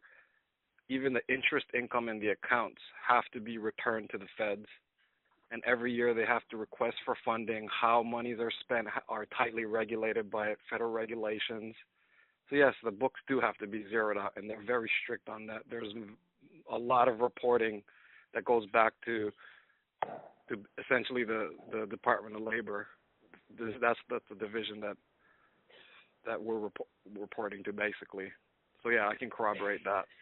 Well, it's the Department of Commerce, which is in the Department of Labor more than likely, and but basically it all ends up back into the Bureau of Debt out there, and basically under the control of the comptroller of the currency. Okay. Right. Yeah, it goes all back to the comptroller. Yeah. Yeah. The treasurer comptroller. The comptroller works for the department, or for the Treasury Department. Okay. The Treasury Department has been broken up into the Department of the Treasury, and then all these subsequent departments of item, which derive from the Treasury Department. See, anytime they have the word "of" in their title, they derive their existence from something else. You have to find out what the source of their existence, where it came from. Right. And it all had to, and pretty much a lot of its operations out here for the 14th Amendment United States, all of their existence derived really from the Department of the Treasury, because that, or the Treasury Department, because that's where their source was at. See, that's where Neil had to go back to, was the source. Yeah. And see, the Justice Department is over one of the three big threes that is over the Treasury Department. You have the Postmaster General, you have the Attorney General, and then you have the Secretary of the Treasury. Right. Doesn't that was say also Secretary of the Treasury Department or the Secretary of the Department of the Treasury. It just says Secretary of the Treasury. Right. Yeah, I don't know how it works in the other states, but yeah, the nexus is the Treasury Department here. All of the ultimate decisions on how and what they're just allowed the to holder. be They're just the holder of the assets. The controller of that is the Chief Financial Officer, which is the Attorney General. Right. Yeah, they do come in on almost every decision on expending. Yeah. Yeah, I saw that too. Yeah. Okay. Just wanted to corroborate that. Thank you. Okay. How's it going out there in Hawaii? He got off. Ray, you still there? No, I think he left. Okay. I'm here. Yes. Oh, you're there? Okay. He muted himself. Okay. I'm still here. How's it going out there in Hawaii? Oh, I'm okay. I mean, I've been following everything. I've just been a little bit quiet. Just the conference calls. Just haven't been working out on the time zone differences. But I'm here, and yeah, I'm just kind of moving on my own, basically. Yeah, I know. We're pretty much all strapped on, but I think when we get this stuff out in the mail this time, I think we will definitely have them, especially when we start hitting with the 1099-Bs up to the Attorney General's office. Yeah, they probably won't expect that. Yeah. Yeah, no, I don't have questions. I just try to figure it out on my own, like you always have stated. And if there's any real conflicting thought processes, then I might ask the group. But try my best to figure it out. Okay. Yeah. Thank you. Did you get any new members out there? I have a couple people actually. I speak to sheriffs, even a marshal, a couple other friends, CPAs, attorneys.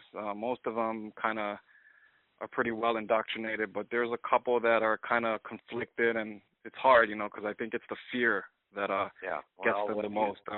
When you start showing them that basically this is all about parole, and that you are coming in, and with the 1099-C, you have the capability of canceling the debt, the corporate debt that's out here, and bringing it into proper settlement. Yes. And see, all the debt is owed back to the people. So either we're going to claim the property or we're going to claim the res due, and it basically goes out of debt on the being owed to the Treasury Department to where it is now owed over to us. Yes. We just do the switching on the railroad line and say, hey, that train ain't going to Washington, D.C. It's now going to come to Hawaii. Right, diverting back to us, right. Yeah, right. We're going to build a big bridge and we're going to take it out to Hawaii tomorrow. Yeah. Right. Yeah, but I'm here and I'm following, and whatever I can do to help, I try to post stuff. Okay. But yeah, I'm here. Thanks. Yeah. Thanks for your support. Okay. No, thank you. Okay. Have a good night. Okay, you too. Bye. Patrick, I want to ask if I'm understanding you correctly. Are the lawyers and the judges all under the state attorney general then? The county attorneys are basically the local CFOs for the county, and they are basically operating under the chief state CFO. So if you have a complaint against the county attorney, CFO, you lodge your complaint in with the state CFO. Not the attorney general then? Well, he is the attorney general at the state. The state CFO is the attorney general for that state. Okay. And okay. see, all right. all of those state attorney generals, if you go into the website for the financial management system, why do they have over on the side a link to all the state attorney generals?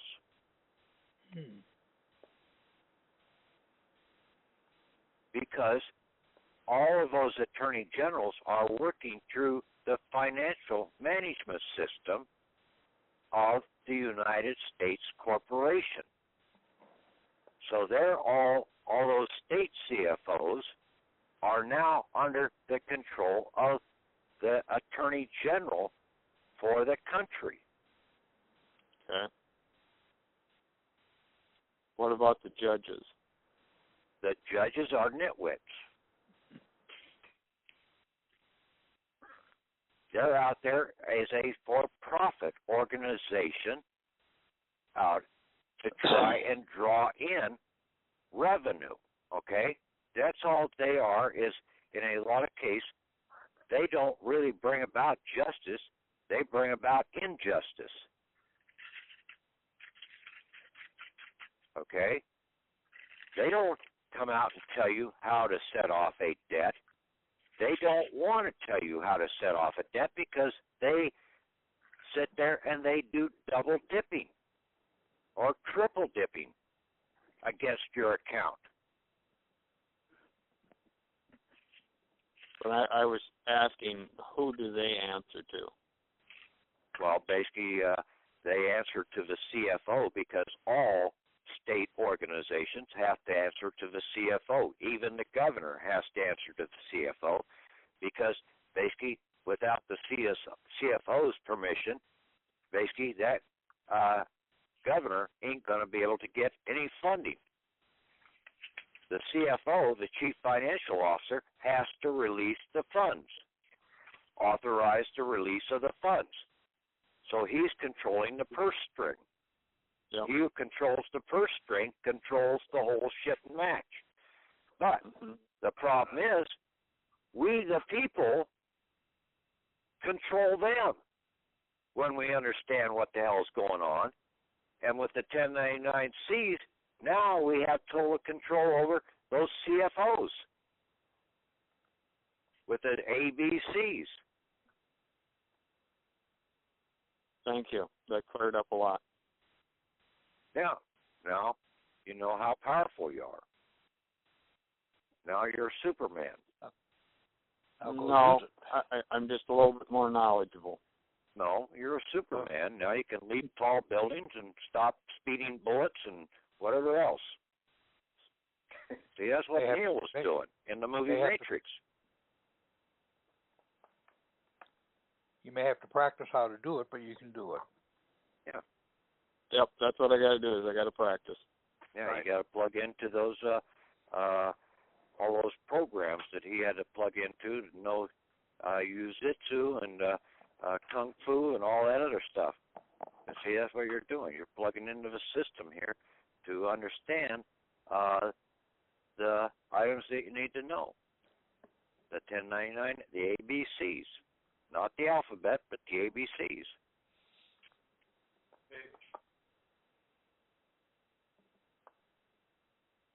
Does anybody have, for the Anderson dictionary out there, a listing of where the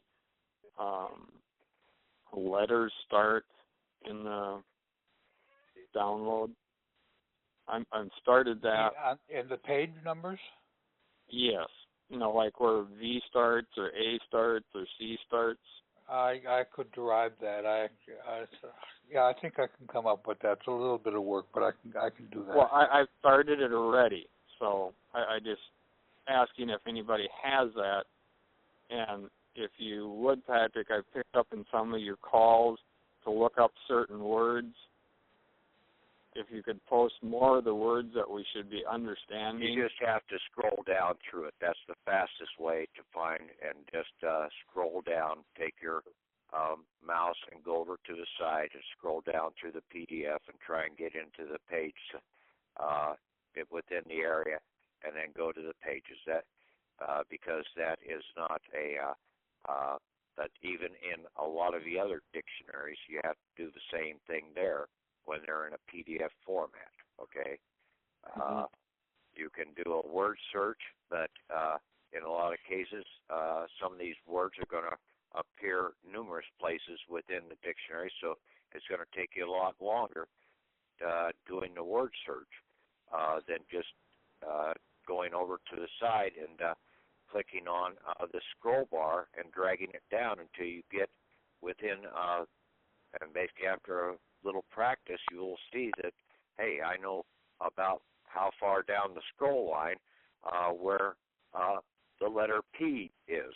So I will get into that area, and then if I'm too high or too low, I can always drag it up just a little bit until I get to the word. And then I've got Nitro PDF, and when I come up with keywords, okay, that I want to take out, I basically go in and cut the pages out, export those certain pages, and then I set up a file in my records for the word deed.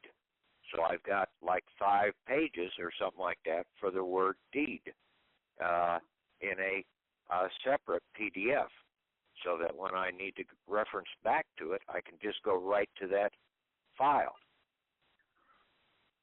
Okay, that's how I've done it. Okay, that's good. That's good.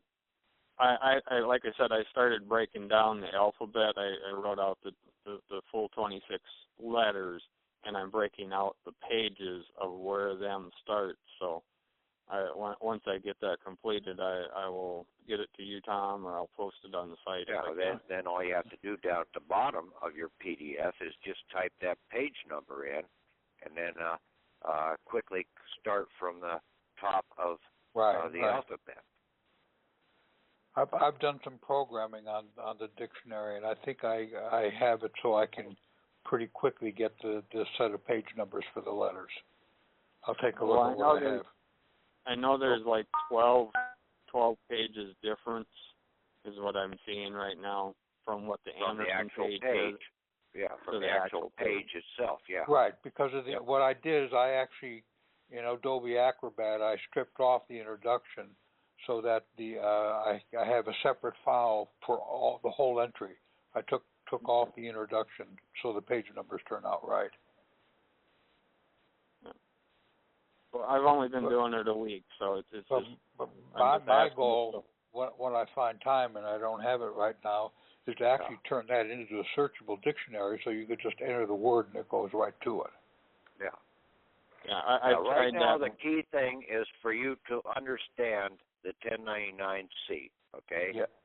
Yep. And basically get some stuff back in to where you've got some money coming back in, and then basically when you have a understanding of how to get some of this stuff back in, you start freeing yourself from the system, then basically you can sit around and try and go back to Mr. Anderson and try and help him update his dictionary in a useful format, okay? But other than that, I wouldn't spend too damn much time trying to do all that. Only use what you need to do, okay? And you can quickly go through by using the scroll bar on the side.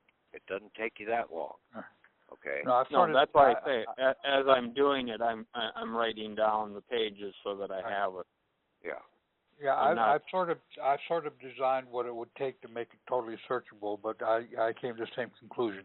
Wait till we have some money, and then we'll have someone do it for us.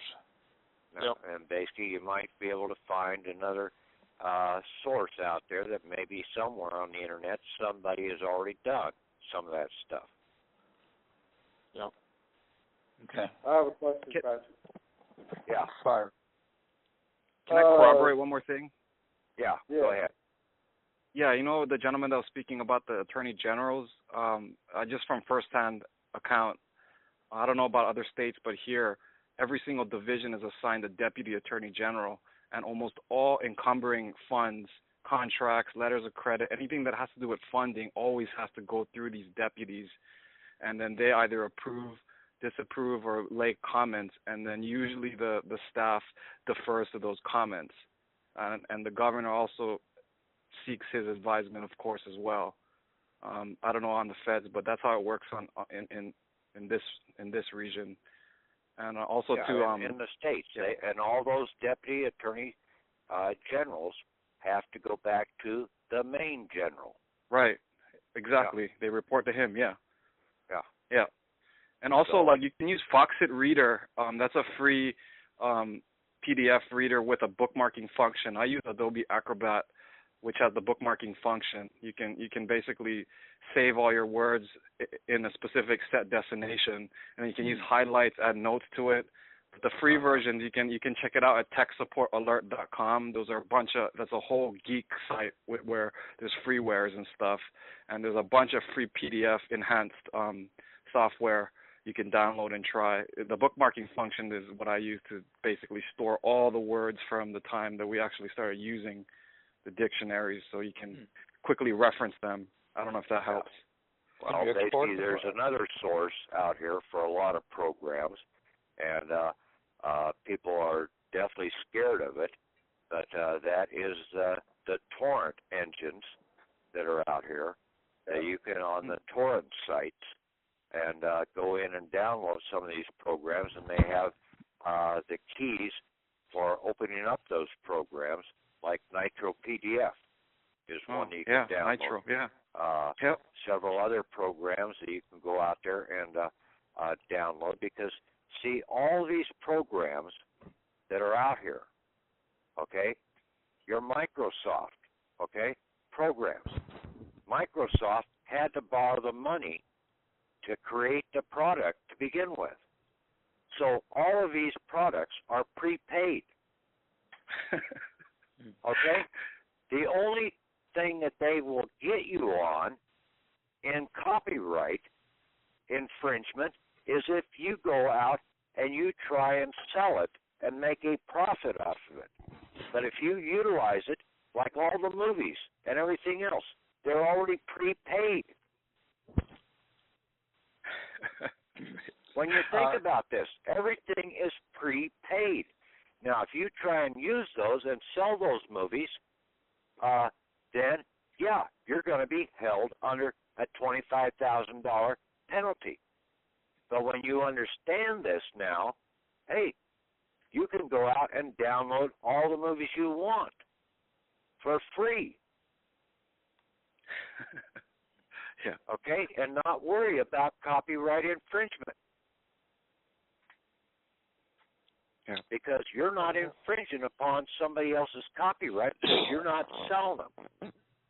But you can get it for your information, and information is free. It's supposed to be open source. And I think there was one movie sort of that played out against Bill Gates that was put out years. Antitrust, I think, was the movie, and it was all that basically things were supposed to be open source out here. Well, they are when you understand. Tron Legacy, maybe. Mm-hmm. The person who talks about the bookmarking the words, could you export those bookmarks so we could use them? I could try. I have to look at the functionality of the Acrobat Pro. Okay. But yeah, I can look into it and get back to you on the group. Sure. Yeah. No problem.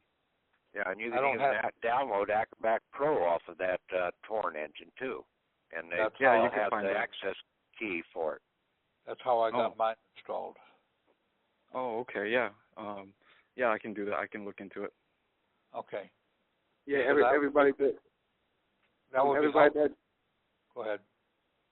The program Patrick is talking about is Express Files. It's a torrent engine that can access all those files, and you can primarily get them and the codes as well to go with the software absolutely free. So I put that out there on the 3 calls ago. Okay. A recommendation, though, okay? Make sure you have a good virus checker, because in those torrent engines there are some people that are putting viruses out. Yeah, malwares, yeah. But my question was, you were supposed to talk about the $10,000 a day again, and I haven't heard anything about that. Well, basically, I want you to start getting the receipts. Okay, you've already got money sitting there. You need to parole those receipts. Start becoming a dumpster diver. Okay? When you understand the process of doing the receipts, then you can turn around and go and start doing an exchangement against your account. But you are exchanging something from your account. You're just now exchanging it from these other places that you've already paid out of your back pocket, like at the gas station. You paid for the gas. Now you come back in and you claim that receipt.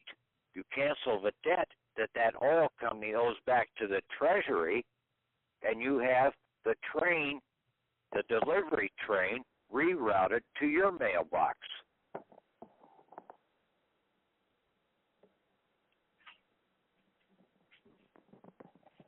Yeah, it may not be $10,000, but it may be $500, $600 a day that you start getting in.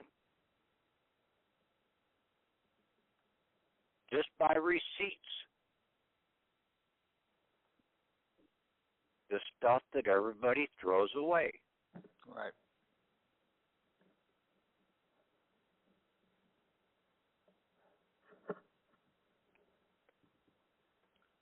Okay. Does anybody else got a question there? I don't know. Did that other guy get his question in? I think so, yeah. Well, we're closing in on 4 hours now. Yeah. Really good call, Patrick. Thank you. Well, thank you so much. No, it's your call, okay? You guys, the call wouldn't be there without you guys. I could speak all I want, basically, so it's up to you guys to take the information and now utilize it, okay? Yeah, let's communicate it to the group. Yeah. You guys are the ones that are going to make this work, not me, okay? I can talk until I'm blue in the face, and basically, it's not going to do anything. Well, it's you guys that have to put it into action. But only if you believe in what the action is, okay? Right. Because I'm not going to control you, okay? I don't want to control anybody. I'm just trying to put the information out. And we appreciate that. You really have enlightened us, and we've got to get to work and use it. Thank you. You're welcome. Yes. Thank you. Yes, thank you all. Okay. Good night. See you, I got a see you bunch guys. of paperwork yet to finish up for Yeah. tomorrow. So okay. Okay. You guys Thank get you through very yours. much. Okay. Thanks, Patrick. Okay. Bye. Good night. Good night. Amen. Thomas, Yeah. man, let me ask you a question, please. Yeah. I just didn't want to burden Patrick with it. I still don't understand how to use the 1099B in terms of your birth certificate and your Social Security number, because I've been looking at it since he spoke about it, and I don't understand. 1099B or 1099B? B as in buddy, B as in booty, Rob. I mean, right. You know. Okay. Well, the way I understand it, though, I have to look at it more closely, is is you put your identifying information in on the left-hand side. That's exactly right. And you then make a copy of your birth certificate and fill out the 1099-V saying you want to liquidate it. And they have to fill in all the stuff with the numbers. Okay, so okay, but Tom, I'm seeing a CUSIP number on here on the bottom. I'm seeing an account number. That's not a CUSIP number. It's not a bond number. Forget all that stuff. Okay, so I'm not putting out anything in those areas. No, you're just making a copy of the Social Security card and saying I want to cash this in. Okay, I understand. And the payer and the recipient is me then. The stuff on the left-hand side, I believe, is on you, and except where you address it to the finance people. The stuff on the right-hand side with all the number amounts and is for them to fill out. Okay, I see. And they actually have to fill out. When they fill it out, they have to also fill out a copy C and return that to you. Return that to me, yes. Okay.